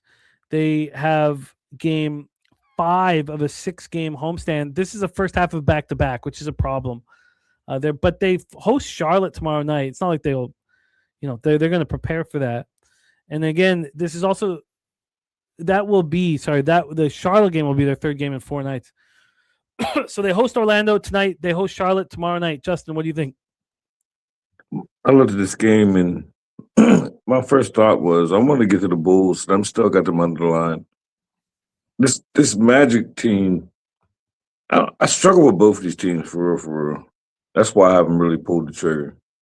And the Bulls, they're back at home. It seems like in their recent form, it seems like this is what they're doing. They're very streaky. It's like they win a bunch of ATS games, like 4 or 5 straight. Then they lose outright about 4 or 5 straight. And now it seems like they're being relevant. They got a bunch of injuries with Giddy being out. And they lost somebody else that same game. I think it wasn't Jones. It might have been Jones. Got injured in that same game. But they still seem to hold water. They lost that game. They got killed, both of them injuries against the Timberwolves. But I feel like I want to get there to them. I got them underlined. They're on my short list. As of right now, I haven't bet them. I'm not sure if I'm going to get there by the end of the show. But it'll be Bulls nothing for me right now. I am going to get there. I don't think there's any rush. The lines move slightly against us. The Magic are making everything look difficult. And everybody talking about who the Bulls are missing, not what they're doing with who's on the floor. Next man up. White is not available, saturated. White is out. So that's the focus is White's out, Giddy's out. How are they going to handle things? I look at these starting 5s, and yes, the Orlando Magic starting 5 is stronger, thanks to Banchero against Jalen Smith on the 4. But the Bulls are at home where they've been comfortably, and the Magic have been traveling all over the place. Shout out to Will Rondo in the house. Spenny saying, honestly, Giddy's a defensive liability. Still, Jones plays much better defense. Very legitimate. The Bulls are in this basketball game. I don't know if they win it, but 5.5 is enough for me. Also, we have a very public situation with Orlando. 75% of tickets, 93% of the cash. What's Circa done with that? They've not moved it a cent. They opened it at 5 and left it there. I like this. I like this spot. I think it makes perfect sense here. I want to take one last look here before we put a bow on it. But, you have the Magic winning 2 of their last 3. The Bulls lost by margin versus the Bucks, got destroyed by Minnesota. And I think that's in the thoughts of cappers, and no one cares what they did against the Pelicans on New Year's Eve. I think this is a tough game, tight game, tough game. Jay LeBron telling us that Curry's being ruled out. We will discuss that. But the Bulls, I'm going to be moving on the Bulls plus the points. I'm very curious to see where it ends up here when the show's over. I don't need to bet it right now. I'd like to sit with it and see where the market's going, but I'm going to be with Bulls plus the points myself. Butler and Curry out, says Spenny. Ooh. All right. Well, let's keep rolling right along here to another game. We've got the Charlotte Hornets going to Milwaukee in the Bucks here. We have a 5.5 on screen here. It was a 6.5 opener for Milwaukee here, and we have 60% of the bets, 77% of the money on Milwaukee here, 55% of the bets, and 76% of the money on the under in this game. What do you think about this one, Mr. Jimmy? Well, we barely got that Hornets by a hook. They're a very tricky team to trust, especially on the road where they're just 4-12 here. That game meant a lot to them against the Warriors. They knew all eyes were on them. and now they go play the Bucks. This is the first of a back-to-back. They play at Chicago tomorrow night. It's the first of 3 of 4 because they play at the Thunder on Monday. So it's a bad situation. Let's say that it's a bad situation for the Hornets. Then we have the Bucks. We knew they were going to no-show in that horrible situation against the Wizards. Embarrassed about it. And now they get a chance to kind of somewhat right the ship here. They have to leave again tomorrow, but they had the Wizards at home. They play Charlotte at home. They start a California trip on Sunday, so tomorrow they'll fly to Sacramento. I find the Bucks very appealing in this spot. I don't need Antetokounmpo, honestly, because everybody else steps up when he's not there. He's listed as probable. He's expected to be in there. Bridges is probable, which helps the Hornets. Diabate is expected to be in. He's questionable, but Kalkbrenner and Plumlee out means they have no ability to what's Diabate going to do here? I'll tell you what he's going to do. He's going to get in foul trouble in 4 minutes. If you don't think that the Bucks know that there's no Plumlee or Kalkbrenner and there's no depth at the 4 and the 5, I think this is a Bucks smash and grab. That's what I think. Smash and grab. Nice job, Nate Cash and Brad Jackson. First touchdown plus 450. Nice job. I just one last look at the cash flow to make sure that Milwaukee's public. So I guess you want the line to move towards them. It's not really done that yet. But who wants Milwaukee after they lose to the Wizards? Maybe you want to sign from the books, but I think the Bucks take care of business here. Not only that, God, I guess you don't want to. I think that you could take the Bucks and add the double result. They just lost to the Wizards. You don't think they're going to come out of the gate guns a-blazing? I would love this to be at 7 right now and not a move to 5.5. But it's the Bucks for me. Justin, what do you think? I'm still recovering from Curry and Butler both being out. But I do got to play in this game. Damn that shit. I didn't see that coming. Okay. I didn't expect when I did the Thunder game, I didn't expect both of them to be out. But as far as the Bucks and the Hornets, one thing I looked at is... I'll be right back. Yeah, take your time. Damn, that Warrior game killed me right there. But I'm on... doing this shit live and just not hearing it kind of threw me off because my cap was one of them was going to play, but I thought both of them was going to play. But it's okay. I'm not on the side. That's going to kill my total. But as far as the Bucks and the Hornets, one thing I wanted to go to, I didn't want to trust neither team as far as picking the side or a total. But I want to trust Giannis. I feel like he's still trying to build. Even though everybody knows who Giannis is, he's still trying to pad his stats to get traded. I think he's going to go to the Knicks. I really, really, really think he's going to the Knicks. But I'm on his 45 plus PRA minus 120. Sheesh. And my whole thing is I expect him to get damn near close to 30 points. He's going to get a lot of rebounds. He's going to own this matchup. In the last game against the Hornets, historically, this one, I want to say it was like 6 to the last 8 to his number. But at the last game against the Hornets, he didn't cover this number. So I expect him to go back to it especially when the Bucks is coming off a loss. So back at home, a matchup that you historically own, you didn't get to this number. I think it's low. We used to Giannis being like 52, 53, 54.5 PRA. So 45, I think this is just the Bucks adjusting too low to Giannis' recent form.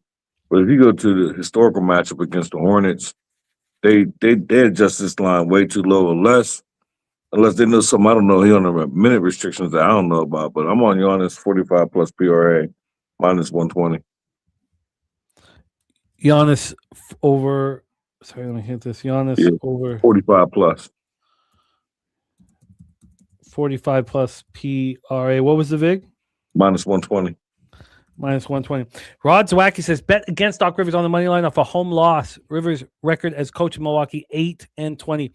The 10-star play of the day for Rod Zwacky is your Charlotte Hornets plus 5.5 here. plus 5.5.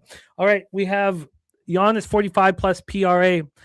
Now I've got this copied and pasted here from the Bucks. You guys, let's lay off the battling each other and focus on battling the books here in the chat. If you guys could stay focused and focus on beating the books and not each other.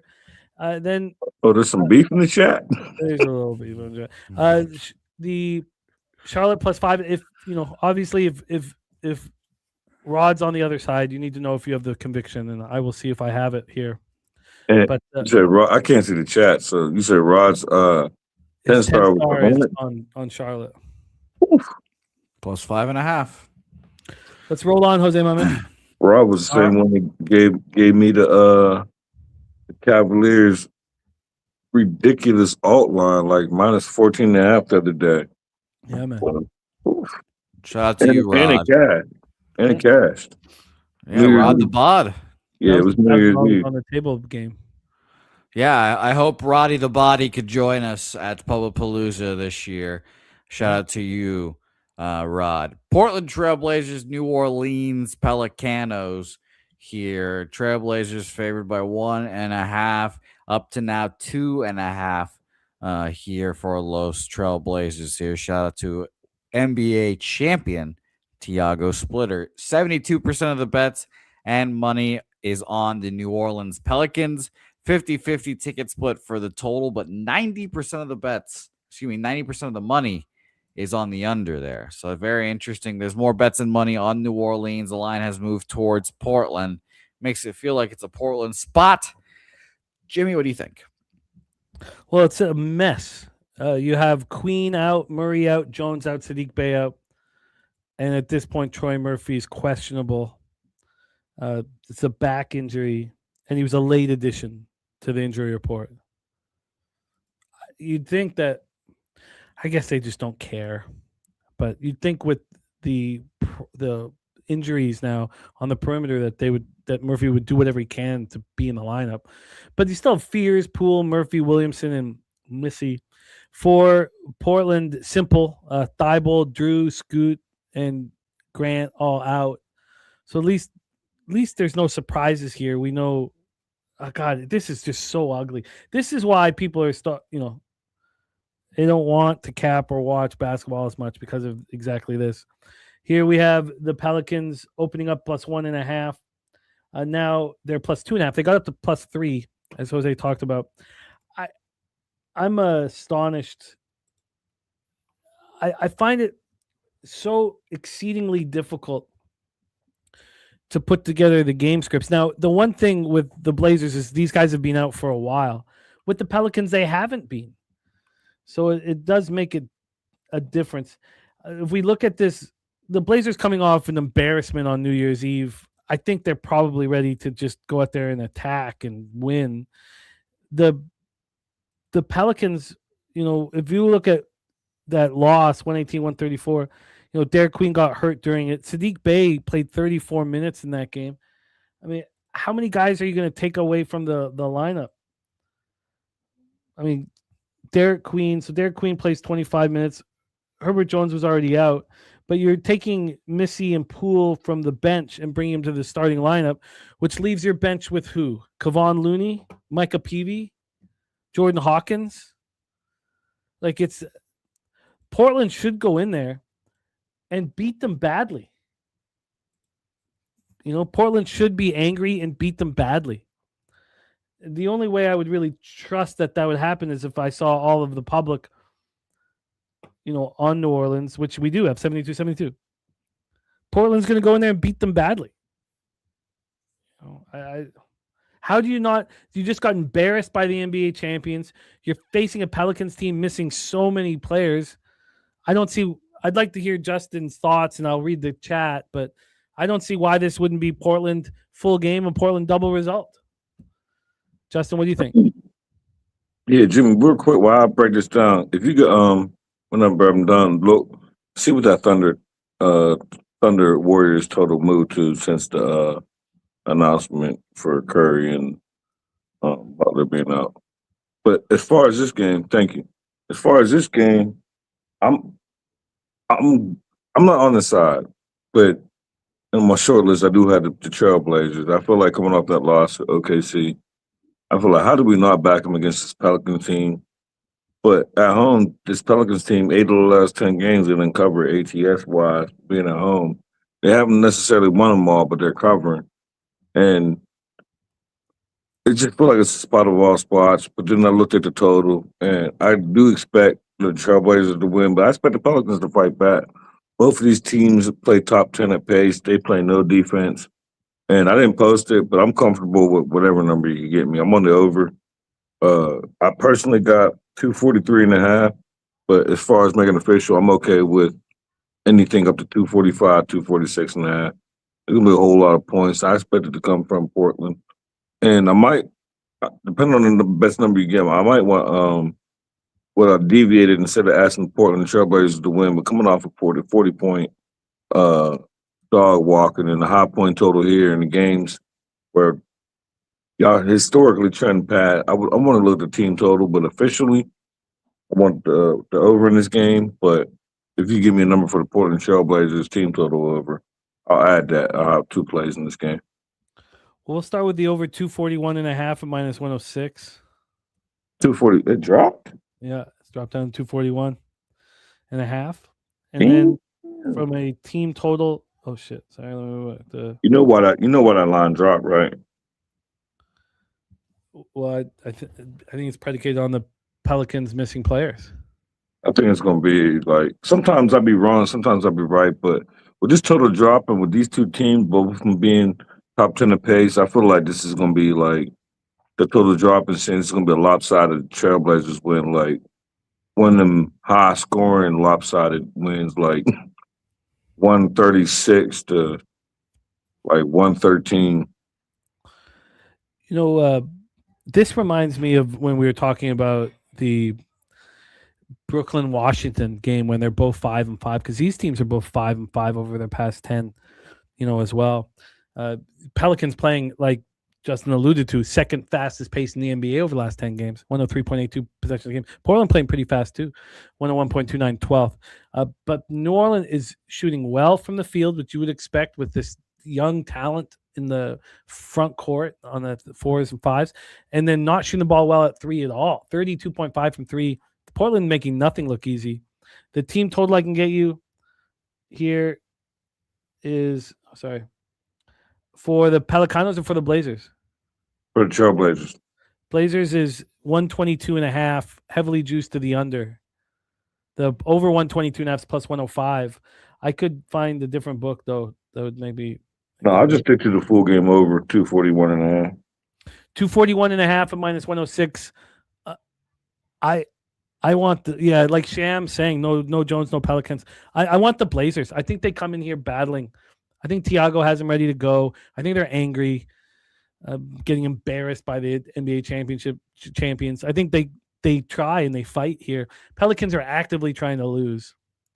I think it's a double up spot. Blazers full game, Blazers double result. Justin on the over 241.5 minus 106. Jose, take us to the next spot. Next spot on the board is the Sacramento Phoenix game here. Phoenix 12.5 point favorites here. Now up to 13.5 at Bodog there. We have 71% of the bets, 89% of the money on the Phoenix Suns, and at least it's moving in that direction. Feels like we haven't seen that much today at all. Justin, how about you lead this one off here? What do you think about this one? I got it. I won't make it official because it moved against me. I didn't tweet it out, but I got the Suns yesterday minus 11.5. And my whole thought was, this Suns team is like, they're not really, no one's really talking about them, but ATS-wise, especially at home, whether they're favored or they're dog, this is where you want them at. And I think this Kings team is right behind the Pacers team. As far as tanking teams, like, they just keep getting blown out. They're the Pacers of the West. And 11.5, when I seen that open up yesterday,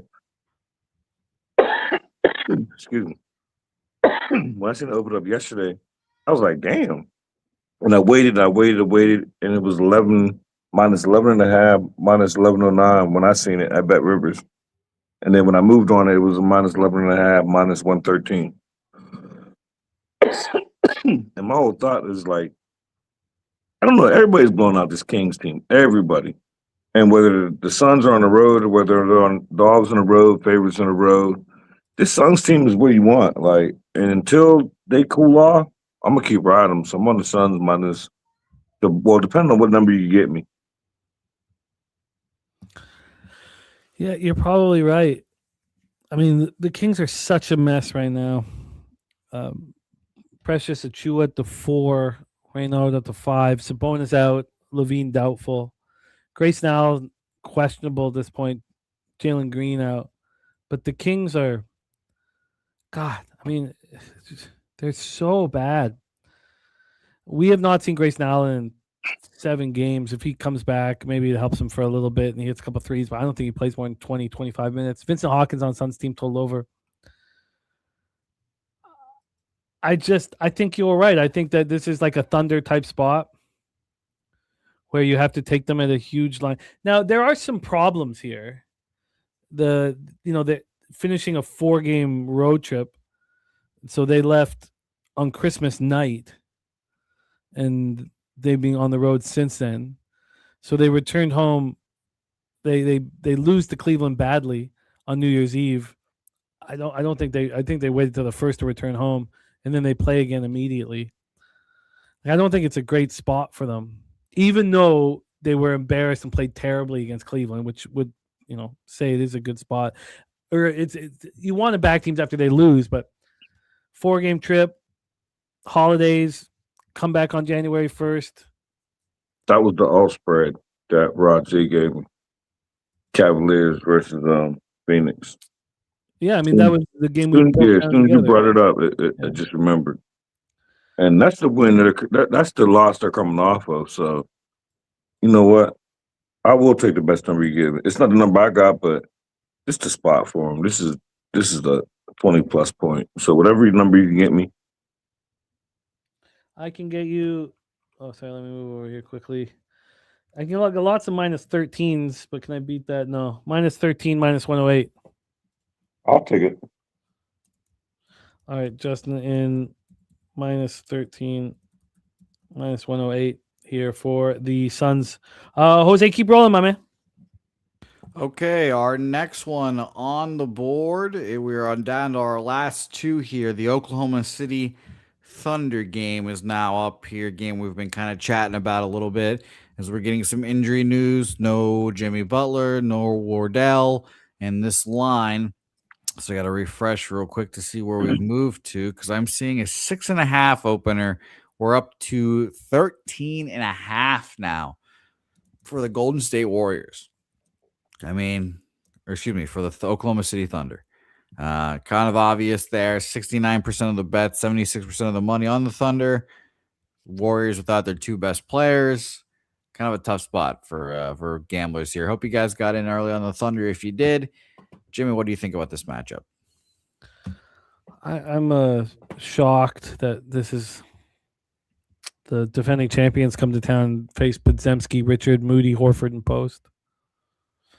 Hardenstein out. Jalen, the center, is out. What does total go to? This total has dropped down to. Sorry, I just had it up. It's dropped, I think, 6 points. So it's at. No, it's dropping more. 223.5 and dropping.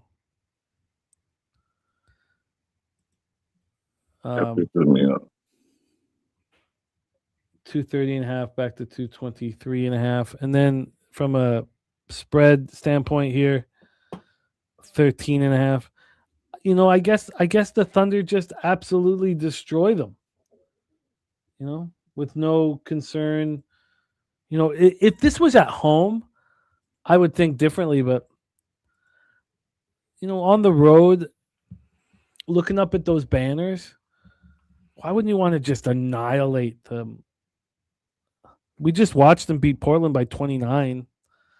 Now they've been home for a while, but also that first game on the road, you're generally, you're generally more accountable, more ready to go. I think the Thunder just destroy them. I mean, that's easy to say. I'm sure there are some people. I guess people thought no Butler and Steph. I mean, this is bad for basketball. I don't know why Kerr doesn't realize it's just bad for basketball. Like what are you trying to sell? I mean, that's atrocious. I think the Thunder absolutely annihilate them, wipe the floor with them. Maybe it doesn't happen right away, because the Warriors, will play more than some of their parts without these guys. What do you think, Justin? I'm like totally distraught. Like this, this threw me on.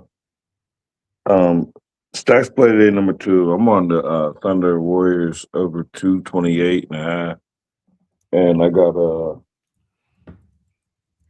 minus 110 for that. And I still like it.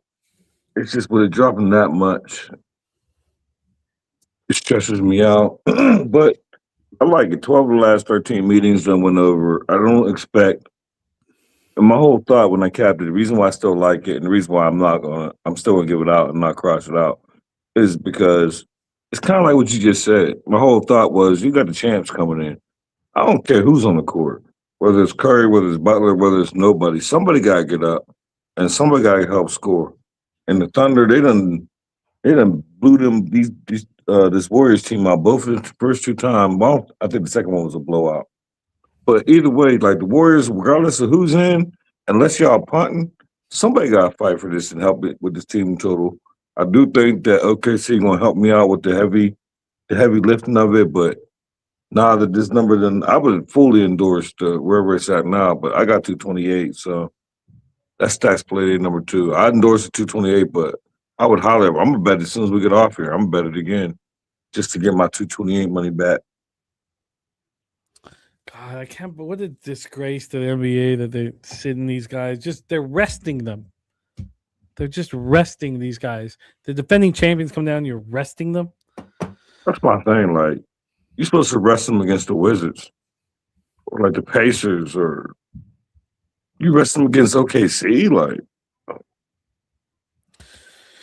all right, let's Justin Stacks play day on the over, and I get why it's still appealing, but the numbers dropped significantly. I think the Thunder probably should just be bet at this number. God, I was studying this game at 7.5 last night, thinking this is gonna be great fun to talk about. Let's talk about our final spot on the board here, Jose. Before we have 3 games in NHL. Sure. And I think it's 4, by the way, in NHL. No, the first game's on now. It's Golden Knights Blues. We talked about it a little bit off the top. Just I knew that we'd maybe or maybe not get there. It was a spot. It's the only game I didn't bet, and I bet on the other. So both teams coming off. The Blues coming off being embarrassed. Vegas has lost what? Vegas has now lost.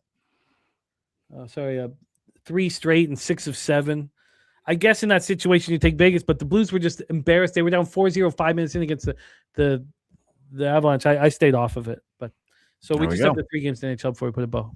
And that was the hockey. So let's talk about the Memphis Grizzlies against one of the most overrated teams in basketball, the Los Angeles Lakers here. 3.5-point favorites are the Lakers here. They have 60% of the bets and 86% of the money on the Memphis Grizzlies, though. Interestingly enough, this line opened up at 4.5. BOL has moved it down to 3. Bookmaker still has a 4 out there and available for the Lakers and Grizzlies in this game. Jimmy, what do you think? Well, Vanderbilt's probable. AR-15 out. Hachimura out.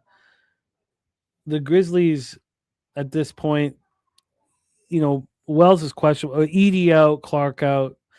You kind of want KCP, I think, in the lineup for this one. And he hurt himself on Sunday against the Grizz, so he didn't play on Tuesday. He would help in this basketball game defending it very, very much. 4th and 1 Entertainment, looking at the Cedric Coward double-double. He'll be starting at the 2. If Wells plays, he's at the 3, Ja at the 1, Aldama at the 4, and JJJ at the 5. The expected starting lineup for the Lakers, Luka, Marcus Smart, LaRavia at the 3, James at the 4, DeAndre Ayton at the 5. You know, sorry, can you what is the line move to right over the last 2 hours, let's say, Jose? Let's look right now. Let me tell you here, pull it up. In the last few hours, moved from 3.5 at 11:34. Moved the juice, moved down to the 3.5 towards the Lakers, and then it moved officially to a 4 at 3 p.m. So about like I would say pretty recently, honestly. That is basically it opened up at a 4.5, but that line didn't move to a 4 until the night, until this morning, and then 3.5 at like 10:30. I mean, the line is so fishy. And the fact that 57% of the tickets and 85% of cash is on Memphis is nuts to me. You know, with the Lakers coming off a loss, just such an embarrassing loss, I'm astonished. I would imagine if I go to Action, it's going to tell me that the public's all over the Lakers. It's not quite 66-52. Honestly, this line is so fishy that you can't bet the Lakers. You know, I feel like it's got to be Grizzlies or no bet. I mean, it's just against this skeletal Grizzly lineup with the, you know, these are back-to-back games in LA too against Memphis. I mean, this line is insane to me. They're opening up their arms saying, I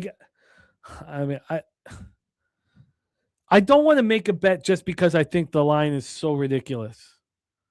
But this line is absolutely ridiculous. Now, you could say, look, the Lakers have not been succeeding at home. They've not been playing well at home. The amount of games, the sample size is so small. Spenny says, I think Grizz would be the play. You have a Lakers team that's won 4 of their last 10 games. They're shooting 32.7% from 3 over that time period. They're 24th fastest pace in the league at 98.50 possessions a game. You have a line that just doesn't make sense. And those spots that don't make sense, our ROI is insane. But it's very difficult to explain why you would actually be on the Grizzlies in this basketball game. Other than the markets are putting out a number that doesn't make sense, begging for Lakers money, and they're not getting it. They're not getting the Lakers money. Justin, what do you think? I am going to give it up because I do like it. I wanted to get on the Grizzlies. I couldn't understand the line just like you. The Grizzlies, like this Laker team, I feel like they need to make some additions or subtractions come trade deadline, All-Star break. But I'm on best number again. I didn't tweet it out because I wanted to get to the Grizzlies and I didn't trust them. And then I wanted to trust one player, your homie, playing in LA. Usually he has good games there, and not trusting this Lakers defense. I'm on John Morant. Give me his over his points. Best number you can get me. Well, anything under 110 or under, even if you got to go up one. I think John gonna have a big game, big enough game. Is when I seen it was 21.5. So even if it's at 21 and 22.5, I expect them to have like 25 to 30 in this game. And I expect them to win, but I don't want to trust the Grizzlies, but I trust Ja one time. This just makes no sense to me. I feel you, Dougie, but this is such a low number. I mean, it's there. I mean, you can say what you want about the way these two teams are playing, but you have to admit the books are begging for Lakers backers. The 3.5 is so insanely low. I mean, the John Morant, I got 22.5 minus 103 to the over. I'll take that. God, I'm 22.5 minus 103 to the over. I think that that Ja probably does step up here. I mean, none of this makes any sense. It feels like Ja needs a showcase game, but he went for 40 last game. I mean, that was an outlier performance. I mean, if he goes for 40, he hadn't gone for over. Maybe it just means he's feeling it. I get that, but he has not gone for over 21 since October 29th. So before that, it'd been 11 games that he had not gone over 21. Then he goes for 40. Oh, God, this is a strange spot here. I think the Grizzlies should be bet. I mean, basically they're saying that, but I cannot do that. I cannot just expect after the Lakers look horrible that they're just not going to deliver here. I guess I just got to stay off of it. John Morant over 22.5 here for Justin. Okay, we're going to do a review. Jose's going to take off for a minute because he's going to set up the last 3 NHL games for me. So, Jose, we will see you here shortly. 10 plays, Jimmy. I like it. Yeah, W Wise, Lakers got embarrassed. I cannot fade the Lakers I cannot fade any team after getting embarrassed. Saturated says, woke up wanting to make plays. Hate this card, though. I get it. It's very, very difficult spot here. So yeah, I love this card. So crazy. Let's review. I thought I got you yeah, that's what I did. Okay. So and then I'll send them to you too after while you're doing hockey. I'll send them all to you. Beautiful. Thank you. Vincent is on the Grizzlies on the money line. The line is so fishy that makes perfect sense, Vincent, but I'm not going to fade a team after getting embarrassed. So let's review. Pacers +5 at +109 for Justin. And then he's got Castle over 32.5 PRA. Excuse me. -112. I'm going to join him on the Pacers. Nets, Wizards, we stayed off. Justin's on the Cavs -13.5, and he's on the Nuggets first half team total under 54.5 at +101. I'm very interested in both those spots. Justin's on the over 241.5 -113 in Hawks, Knicks. I want Cat to be announced out, Robinson announced in, and then I'm going to move on to Knicks at a lot lower point total. I'm going to be on the Bulls. Justin's on Giannis 45+ PRA. I want the Bucks, but Rod Zawacki's on the Charlotte Hornets +5.5 is 10-star play today. I'm going to need to study it longer, but I need to see if I have the conviction to go up against Rod. I'm going to hit the Blazers. I'm going to hit them, man. Full game and double result. Justin's on the over 241.5 -106. If when I'm going over, or after the show when I'm sending in the extra action, if I think Portland's very public or anything of that sort, I'm going to only bet one of them. But I'm going to be on the Blazers today. Justin's on the Suns -13 -108. He's on the over 228.5 in Oklahoma City, Golden State. I guess the Thunder should be backed at this very high number. And then Justin on Ja over 22.5 points -103. Did I miss anything, Justin? Nope, we got everything. Justin, thank you so much for rocking with us here on a Friday. He's the star of our Friday shows here. I'm going to pop Justin's X handle here in the chat. Support our guy, Justin McKelvey, delivering the goods. All records will be back next week. I'm close to having them caught up. At some points here when I'm trying to catch up, I kind of let go, focusing on the capping instead. But I wish I had your record up because it's beautiful, Justin. Thank you for all your hard work, man. Respect. There is his X handle. Hit that link. Support our guy, Justin. Justin, any last words for the Capper supporting the show? No, thanks for having us. Have a day. Let's do it. There he is, our guy, Justin McKelvey, in the house. All right, we roll into NHL. Let's take a look at the live situation here across the board in sports. The Vegas Golden Knights St. Louis Blues game I had set up, and I told you guys that I really wasn't interested in it. 17-7 Texas State right now over Rice. So that's that. In NHL, let's see if this flips over here. Taking a little while. Oh, here we go. The Blues game is up and at 'em. They played 5 minutes, 0-0 right now. And then in basketball, we have nothing starting until our 4 p.m. action that gets us started here. But Merrimack up 13-8 on Mount St. Mary's. So, Jose, we got 3 games in NHL before we put a bow on things. Big Zoe in the house. Great to see you. We have the Winter Classic, Jose, the NHL Winter Classic. First game on the board. Take it away. Yep, Winter Classic in Lone Depot Park, the smallest venue in all of Major League Baseball for the Miami Marlins. I'm very fascinated to see how they're going to keep the ice, because obviously it'll be pretty warm, I'm sure. But the NHL has done this before many times outside, so they're pretty good at this now. New York Rangers, Florida Panthers here. I forgot to get daily face-off up, but I can tell you guys the ticket information here. I know Jimmy doesn't use it very often, but just for our purposes here, 52% of the bets are on Florida, but 86% of the money on the New York Rangers here. Obviously the money line minus 140.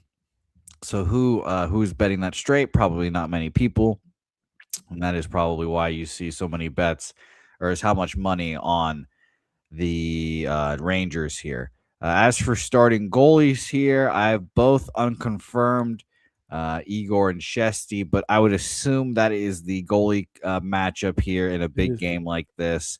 And as Jimmy would say, they're both Russian. They both want to be the best Russian goalie. And now that they're going up against each other, this total of being a 5.5 is unsurprising to me here.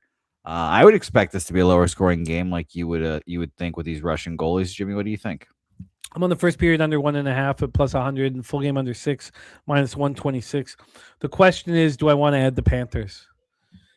Shesterkin has been good, not great. 16, 12, and 4, 2.51 goals against average, 909 save percentage, 1 shutout. Bobrovsky has not been very good. And he's got a pretty accountable team in front of him. 887 save percentage. Not used to seeing that here. We have the Rangers with the 15th ranked power play. Well, you take JT Miller off of it. The real question is, what's Adam Fox going? I told you guys at the beginning of the year, I was like, maybe the problem is Adam Fox. And not that he's a takeaway player, but the fact that he's just not as good as we thought he was going to be. He's not a top 5 defenseman in the NHL. He's not even considered a top 8 defenseman in America. Yeah, those rosters came out. What'd you think? I was a little surprised. I had thought that both Canada and America's roster would look a little more dangerous, and I honestly thought I was going to bet America to win, and I saw that roster and I was like, you should never bet a North American team in Europe. If you only faded a North American teams in Europe, you'd be laughing. You'd be rich. I'm not scared of that American hockey team. It's not as good as I thought it'd be. And then I think you could probably say the same thing about Canada. I mean, clearly they're just trying to create. Like I said to everybody that Tom Wilson was going to be on this hockey team because we're not going to get pushed around. You're not going to beat us up, and they did. The Americans pushed us around in the Four Nations. And so, you're seeing players on the team, both especially the American defensemen. The American defensemen are tough and big, and they cared more about that. They cared more about clearing the front of the net and things of that nature. It's, I don't know. I honestly, at this point, I have some interest in Sweden. I usually do when it comes to a tournament in Europe. Ronnie Lofton saying 24-7 Texas State now, 24-7 Texas State. Here we have the Rangers and Panthers with below average power plays. The Rangers power play is a little bit better, but JT Miller's hurt. So, both penalty killing. Florida has very good penalty killing, but neither power play is that good. Rangers coming off their third straight loss, 6-3 the Capitals on Wednesday. We talked about that game. I kind of wanted the under in that game, but I was like, I don't know how you can do it with the backup goaltenders in net, and then you have the look ahead for the Rangers. The Rangers are still without centers JT Miller, Adam Edstrom, as well as left winger Connor Sheary. And the Panthers have a rest advantage. They last played on Tuesday in a 3-2 overtime loss at home to the Canadiens. So they're coming off a home loss. They have a day rest advantage. I think the Panthers are the bet here.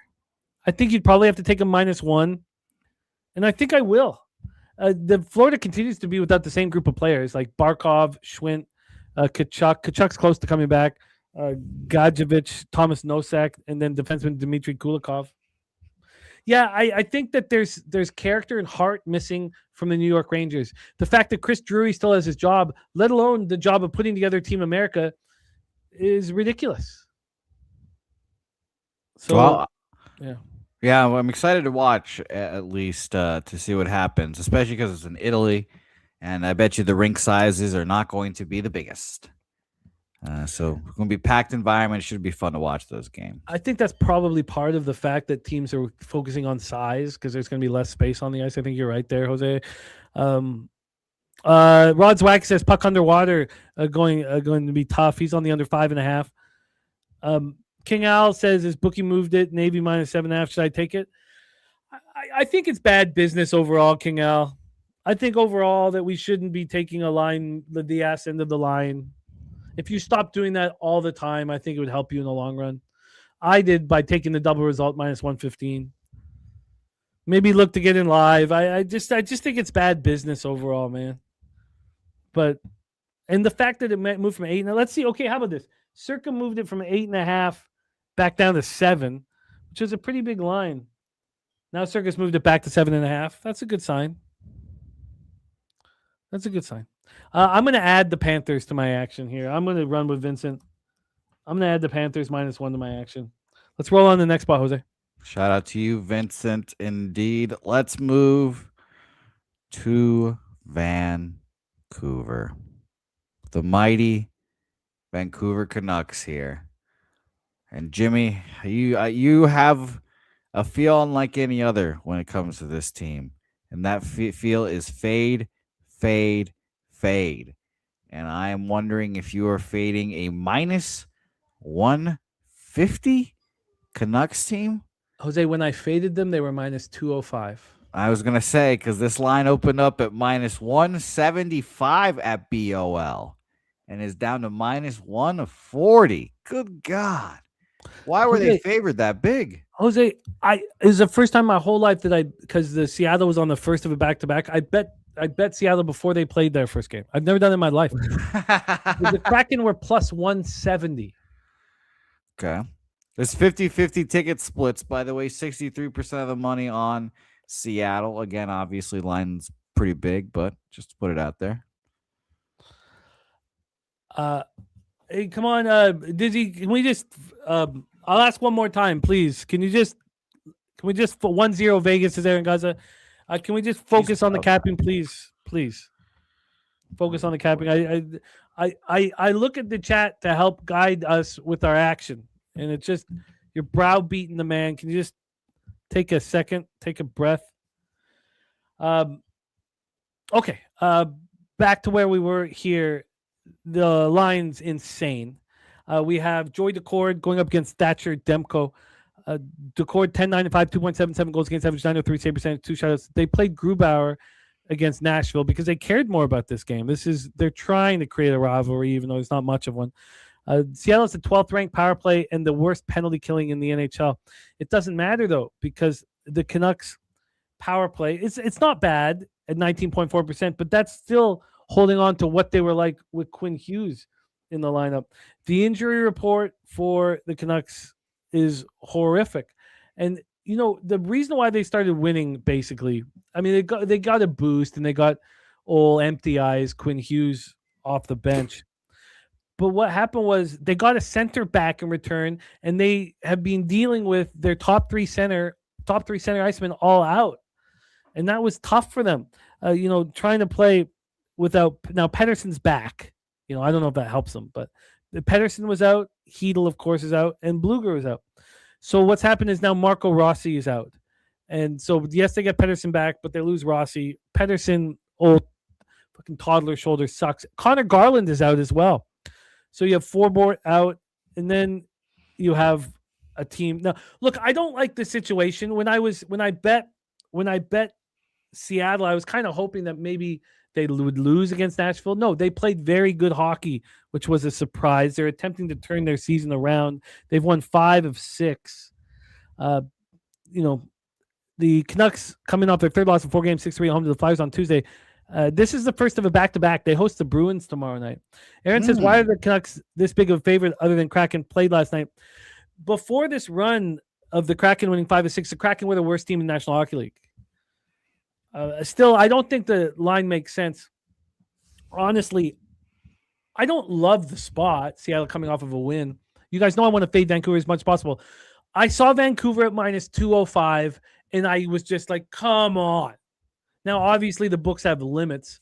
Couldn't put the entire bankroll on it if I wanted to. And especially with not knowing what's going to happen in the first game. But I took Seattle at plus 170 at Bet365. And the Kraken, look, they're not a good hockey team, and they're going to be sellers at the deadline. But they're getting healthier. Montour is out. Jaden Schwartz is out. Jaden Schwartz close to returning. But McCann's back, and that's pretty much all you need. So, I'm on the Kraken at plus 170. Rod Zwacky says, bet over the total in Seattle away or neutral games after playing a home game. The over record 2026 6-0. Says, bet against Seattle on the money line when playing on back-to-back days. Seattle record since 2025 is 1-16 playing on back-to-back. It was just the fact that I had to do it. That's all. The 170 is ridiculous. 1-1 says Aaron Gaza. Thank you for the heads up, my man. So let's roll into our final spot on the board. Jose, my man. Final spot on the board is the aforementioned Minnesota Wild, the recipients of Quinn Hughes versus the Anaheim Ducks here. Pretty close money line split here, so we should be interested to see where the people are betting here. 67% of the bets and 60% of the money on Minnesota. Jimmy, I'll ask you to start this question off here. No line movement, minus 125 to minus 126 at BOL. Has Minnesota been the hot team that everyone's been talking about after that trade? Is it a kind of like a public darling spot like the Spurs kind of have been, the team that everyone likes to talk about and bet on this year so far? Or the Wild now, a team that is popular amongst the betting community because of that Quinn Hughes trade? And they went on that run as soon as they made the trade. They were dealing with injuries, and now everybody's back. Look, both the Canucks and the Minnesota Wild.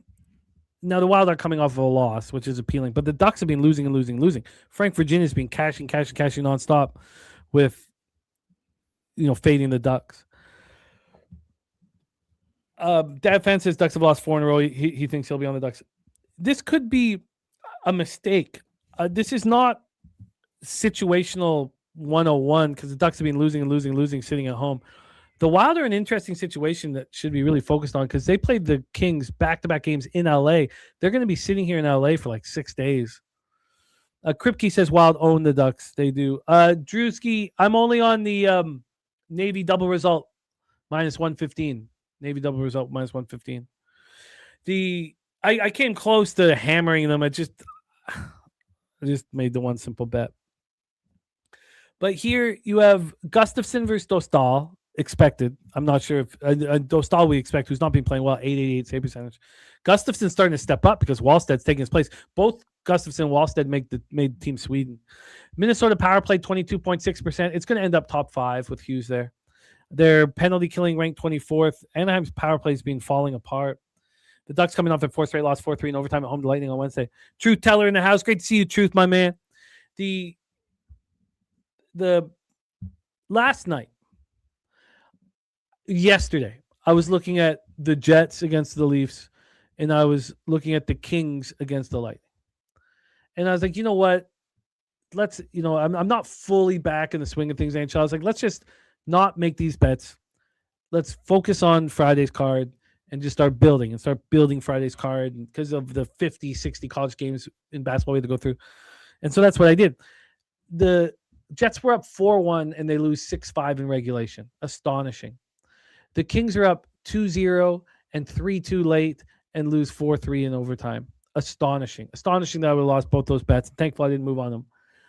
I'm not sure what the right way to play Minnesota is for the next little while.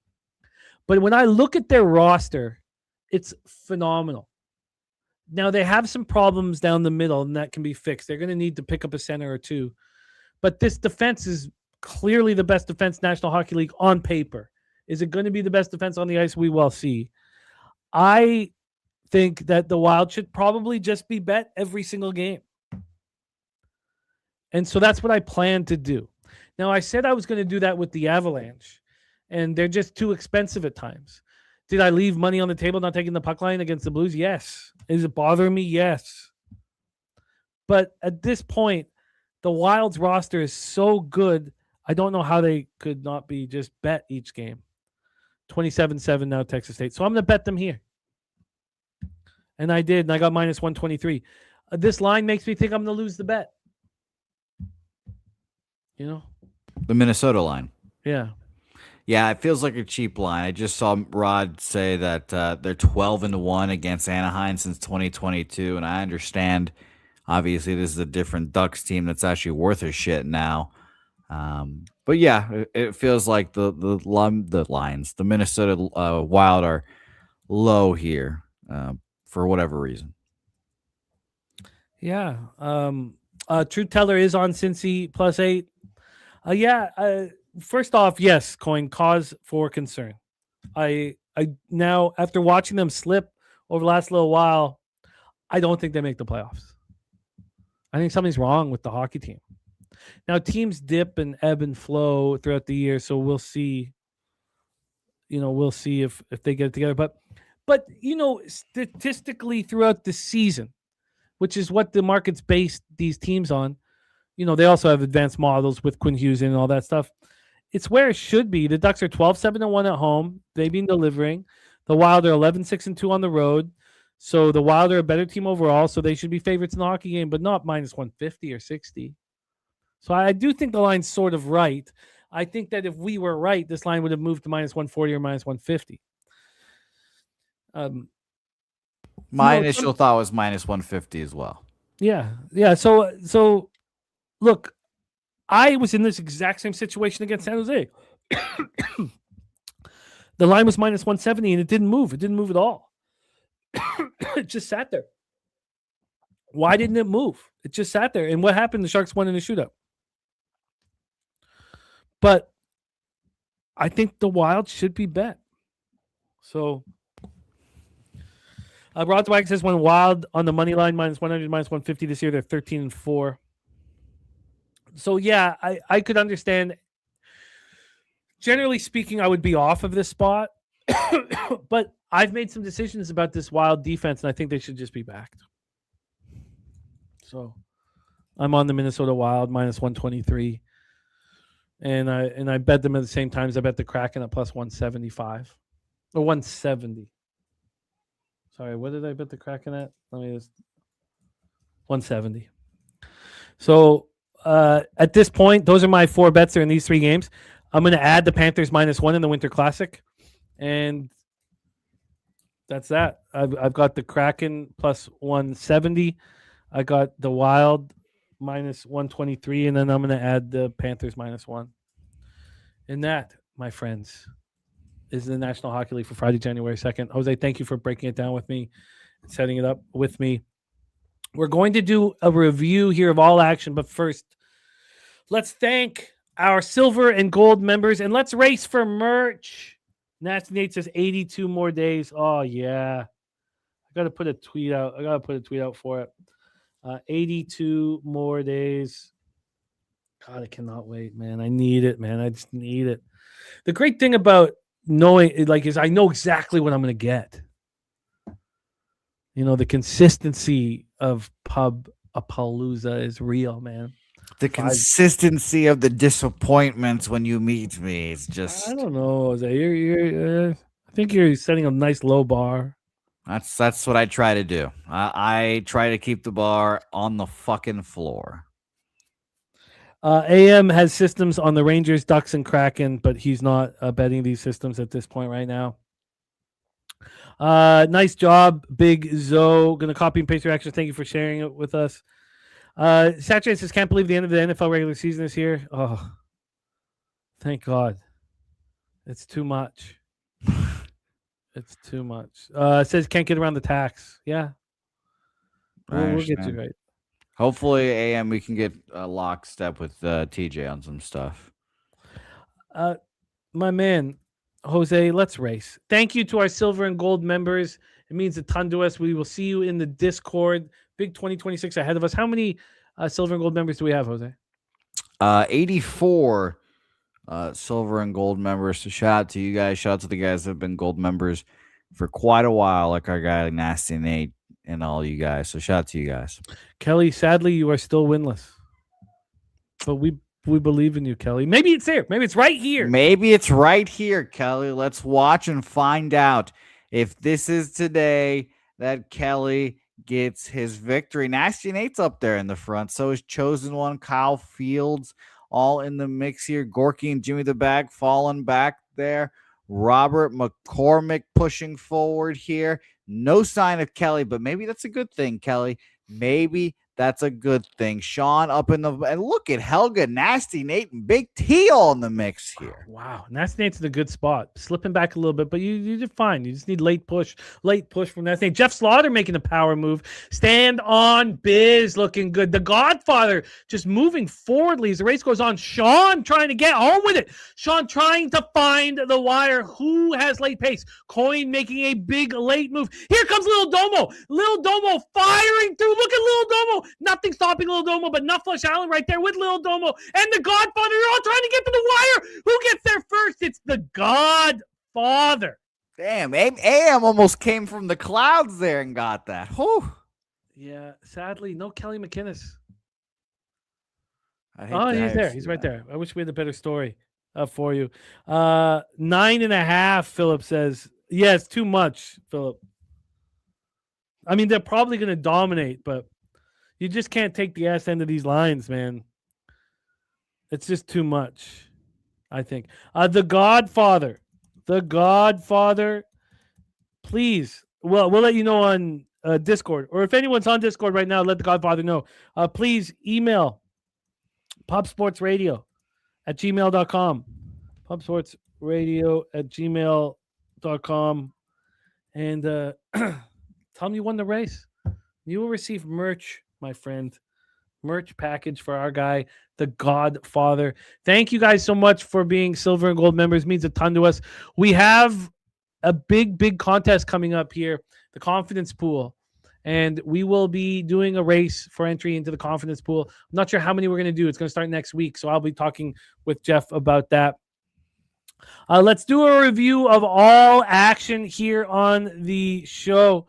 Jay Peasy got no horse. There got to be a Jay Peasy horse in there. I'll double check right now. Let's check. Jay Peasy, you're gold, silver, right? But let's review. We cashed FIU first half, so we're looking good. Let's see what else happens here for us. I'm on Navy double result -115, and I'm going to move on Mississippi State in the under. I just want to see what's going on with the market. That's my plan. Then in NBA, BJ moved on the Cavs -11. Spooner in college basketball on Iona, Detroit Mercy. Those are two spots we're together. We're 6-0 on those two spots. Then Marist, Merrimack, and Cal. He's on as well. So in college basketball, these are my bets that I've placed, and then I will tell you my additions. JPZ or bronze. I just looked it up. That's why. Oh yeah, we need. Yeah, that makes sense. There, we'll get the. You should be an honorary gold or silver member, but because we love you, JPZ. So I'm on Canisius +5.5. That line's moving against me. I'm on Detroit Mercy +2.5. Iona -1 -105. St. Peter's +2.5 -110. Manhattan +6.5 -110. Chicago State moneyline -107. LIU -4.5 -110. Middle Tennessee -5.5 -110. Washington State -2 -107. Nebraska moneyline -127. The additions that I will be adding are LIU double result, Lemoyne first half, FDU first half. The first halves weren't available for me earlier this morning when I was getting my action in. Then we have a Pig Milk. Oh, Pig Milk play days in action right now. Let's see. Pig Milk. Come on, Pig Milk. Come home with it, Pig Milk. And, oh, yeah. Mount St. Mary's up 2 right now. He's got him +4.5. So that's Pig Milk. Robert Cherry, he is moving on the Panthers, Vegas, Seattle, and Anaheim. And then NBA's on the Spurs, Knicks, Magic, Hornets, Thunder, and Lakers. DC Capper, bookie buster total of the day is the Ohio State under 150.5. Then in NBA, we have Justin on the Pacers +5, took the all line +109, Castle over 32.5 PRA. I'm going to move on the Pacers here. We stayed off Nets Wizards. Justin's on the Cavaliers -13.5 and the Nuggets first half team total under 54.5. I'm interested in both. I love it, Big O. I'm excited for that game, man. It's going to be a fun game night. It's going to be a fun weekend. We got huge NFL games tomorrow, of course. Justin on the over 241 in Atlanta, over 241 and a half in Atlanta, New York next. I need Cat announced out, Mitchell announced in, and I'm going to be in. I'm going to be on the Bulls. I had planned to be on the Bucks. I still may be. Justin's on Giannis over 45 PRA. But Rod Zwacky's 10-star plays on Charlotte. So I'm going to sit with it a little longer, make sure I have the confidence. Blazers full game, Blazers double result. Justin on the over 241.5 minus 106 in Blazers Pelicanos. Justin on the Suns minus 13. I'm going to move on to Thunder. I expect even at this outrageous number. Justin on the over 228.5 minus 110 in Thunder Warriors. And Justin on Ja over 22.5 points minus 103. In the National Hockey League, I'm on the first period under 1.5 and plus 100 and the full game under 6 and minus 126. In the Winter Classic, I'm going to add the Panthers minus 1. I'm on the Kraken at plus 170. It was more that the line was insane. It's now plus 125. And then I'm on the Wild, which makes me uncomfortable. Kelly liking his OKC minus 8.5. Yeah, man. I get it. And that is our first show of 2026. Thank you guys so much, man. Philly Eagle Flyer, Kelly McInnes, Big O, Dizzy Donut, Nasty Nate, Jay Peasy, Gerald Jones, Dav Fenn, Aaron Gaza, the Godfather. There he is right there. Nice job, the Godfather. Love seeing you in the Discord. Love rocking with you. Congratulations on the victory. Again, we're going to be racing for contest entry. Dizzy Donut, Old E, Philip Cantillon, Kelly McInnes. Thank you guys so much. Rod Zawacki, AM, Frank Virginia, Vincent Hawkins, Nunya, Truth Teller, Action Jackson, Crip Key. Thank you guys so much. Truly. Drew Skilosa in the house. Rich in Van City. He's on the Minnesota Wild team total over 3.5. Dylan Med. Thank you guys so much for all that you do for us, man. It means the world. Saturated. Let's get this papier. Dizzy just jumped on Cincinnati first half money line. Thank you guys for being here. Jose, thank you for all that you do, man. A big weekend ahead, and thankful to cap with you. Happy New Year to you and Helga. Much love, my friend. Can you please bless and much love and Happy New Year to all of you guys, man. Let's make 2026 great. And starts here. Starts tonight. Indeed, Jose, it does. man, bless our action. Lead us into the future. Indeed, it does. Shout out to you, Godfather. Jimmy, same to you, obviously, as well. Everyone in the chat, thank you guys for the guys that help make Pub Sports Radio what it is. Our guy, Oldie and Nasty Nate, all you guys, Kongs, or Zoe, JPZ, Aaron Gazer, all you guys. We appreciate you guys, as always, here. Thank you to the bots for coming in late as well. We appreciate them as well for making their presence felt, as always. But we appreciate you guys. Thank you, everyone in the chat. Let's go make some papier. Oh, and by the way, if you're on Whatnot, if you're in the sports card liking industry, tonight at 7:30, we'll be live selling a break, which basically means you buy a team, and when we open the cards pack, you get all the players in that team.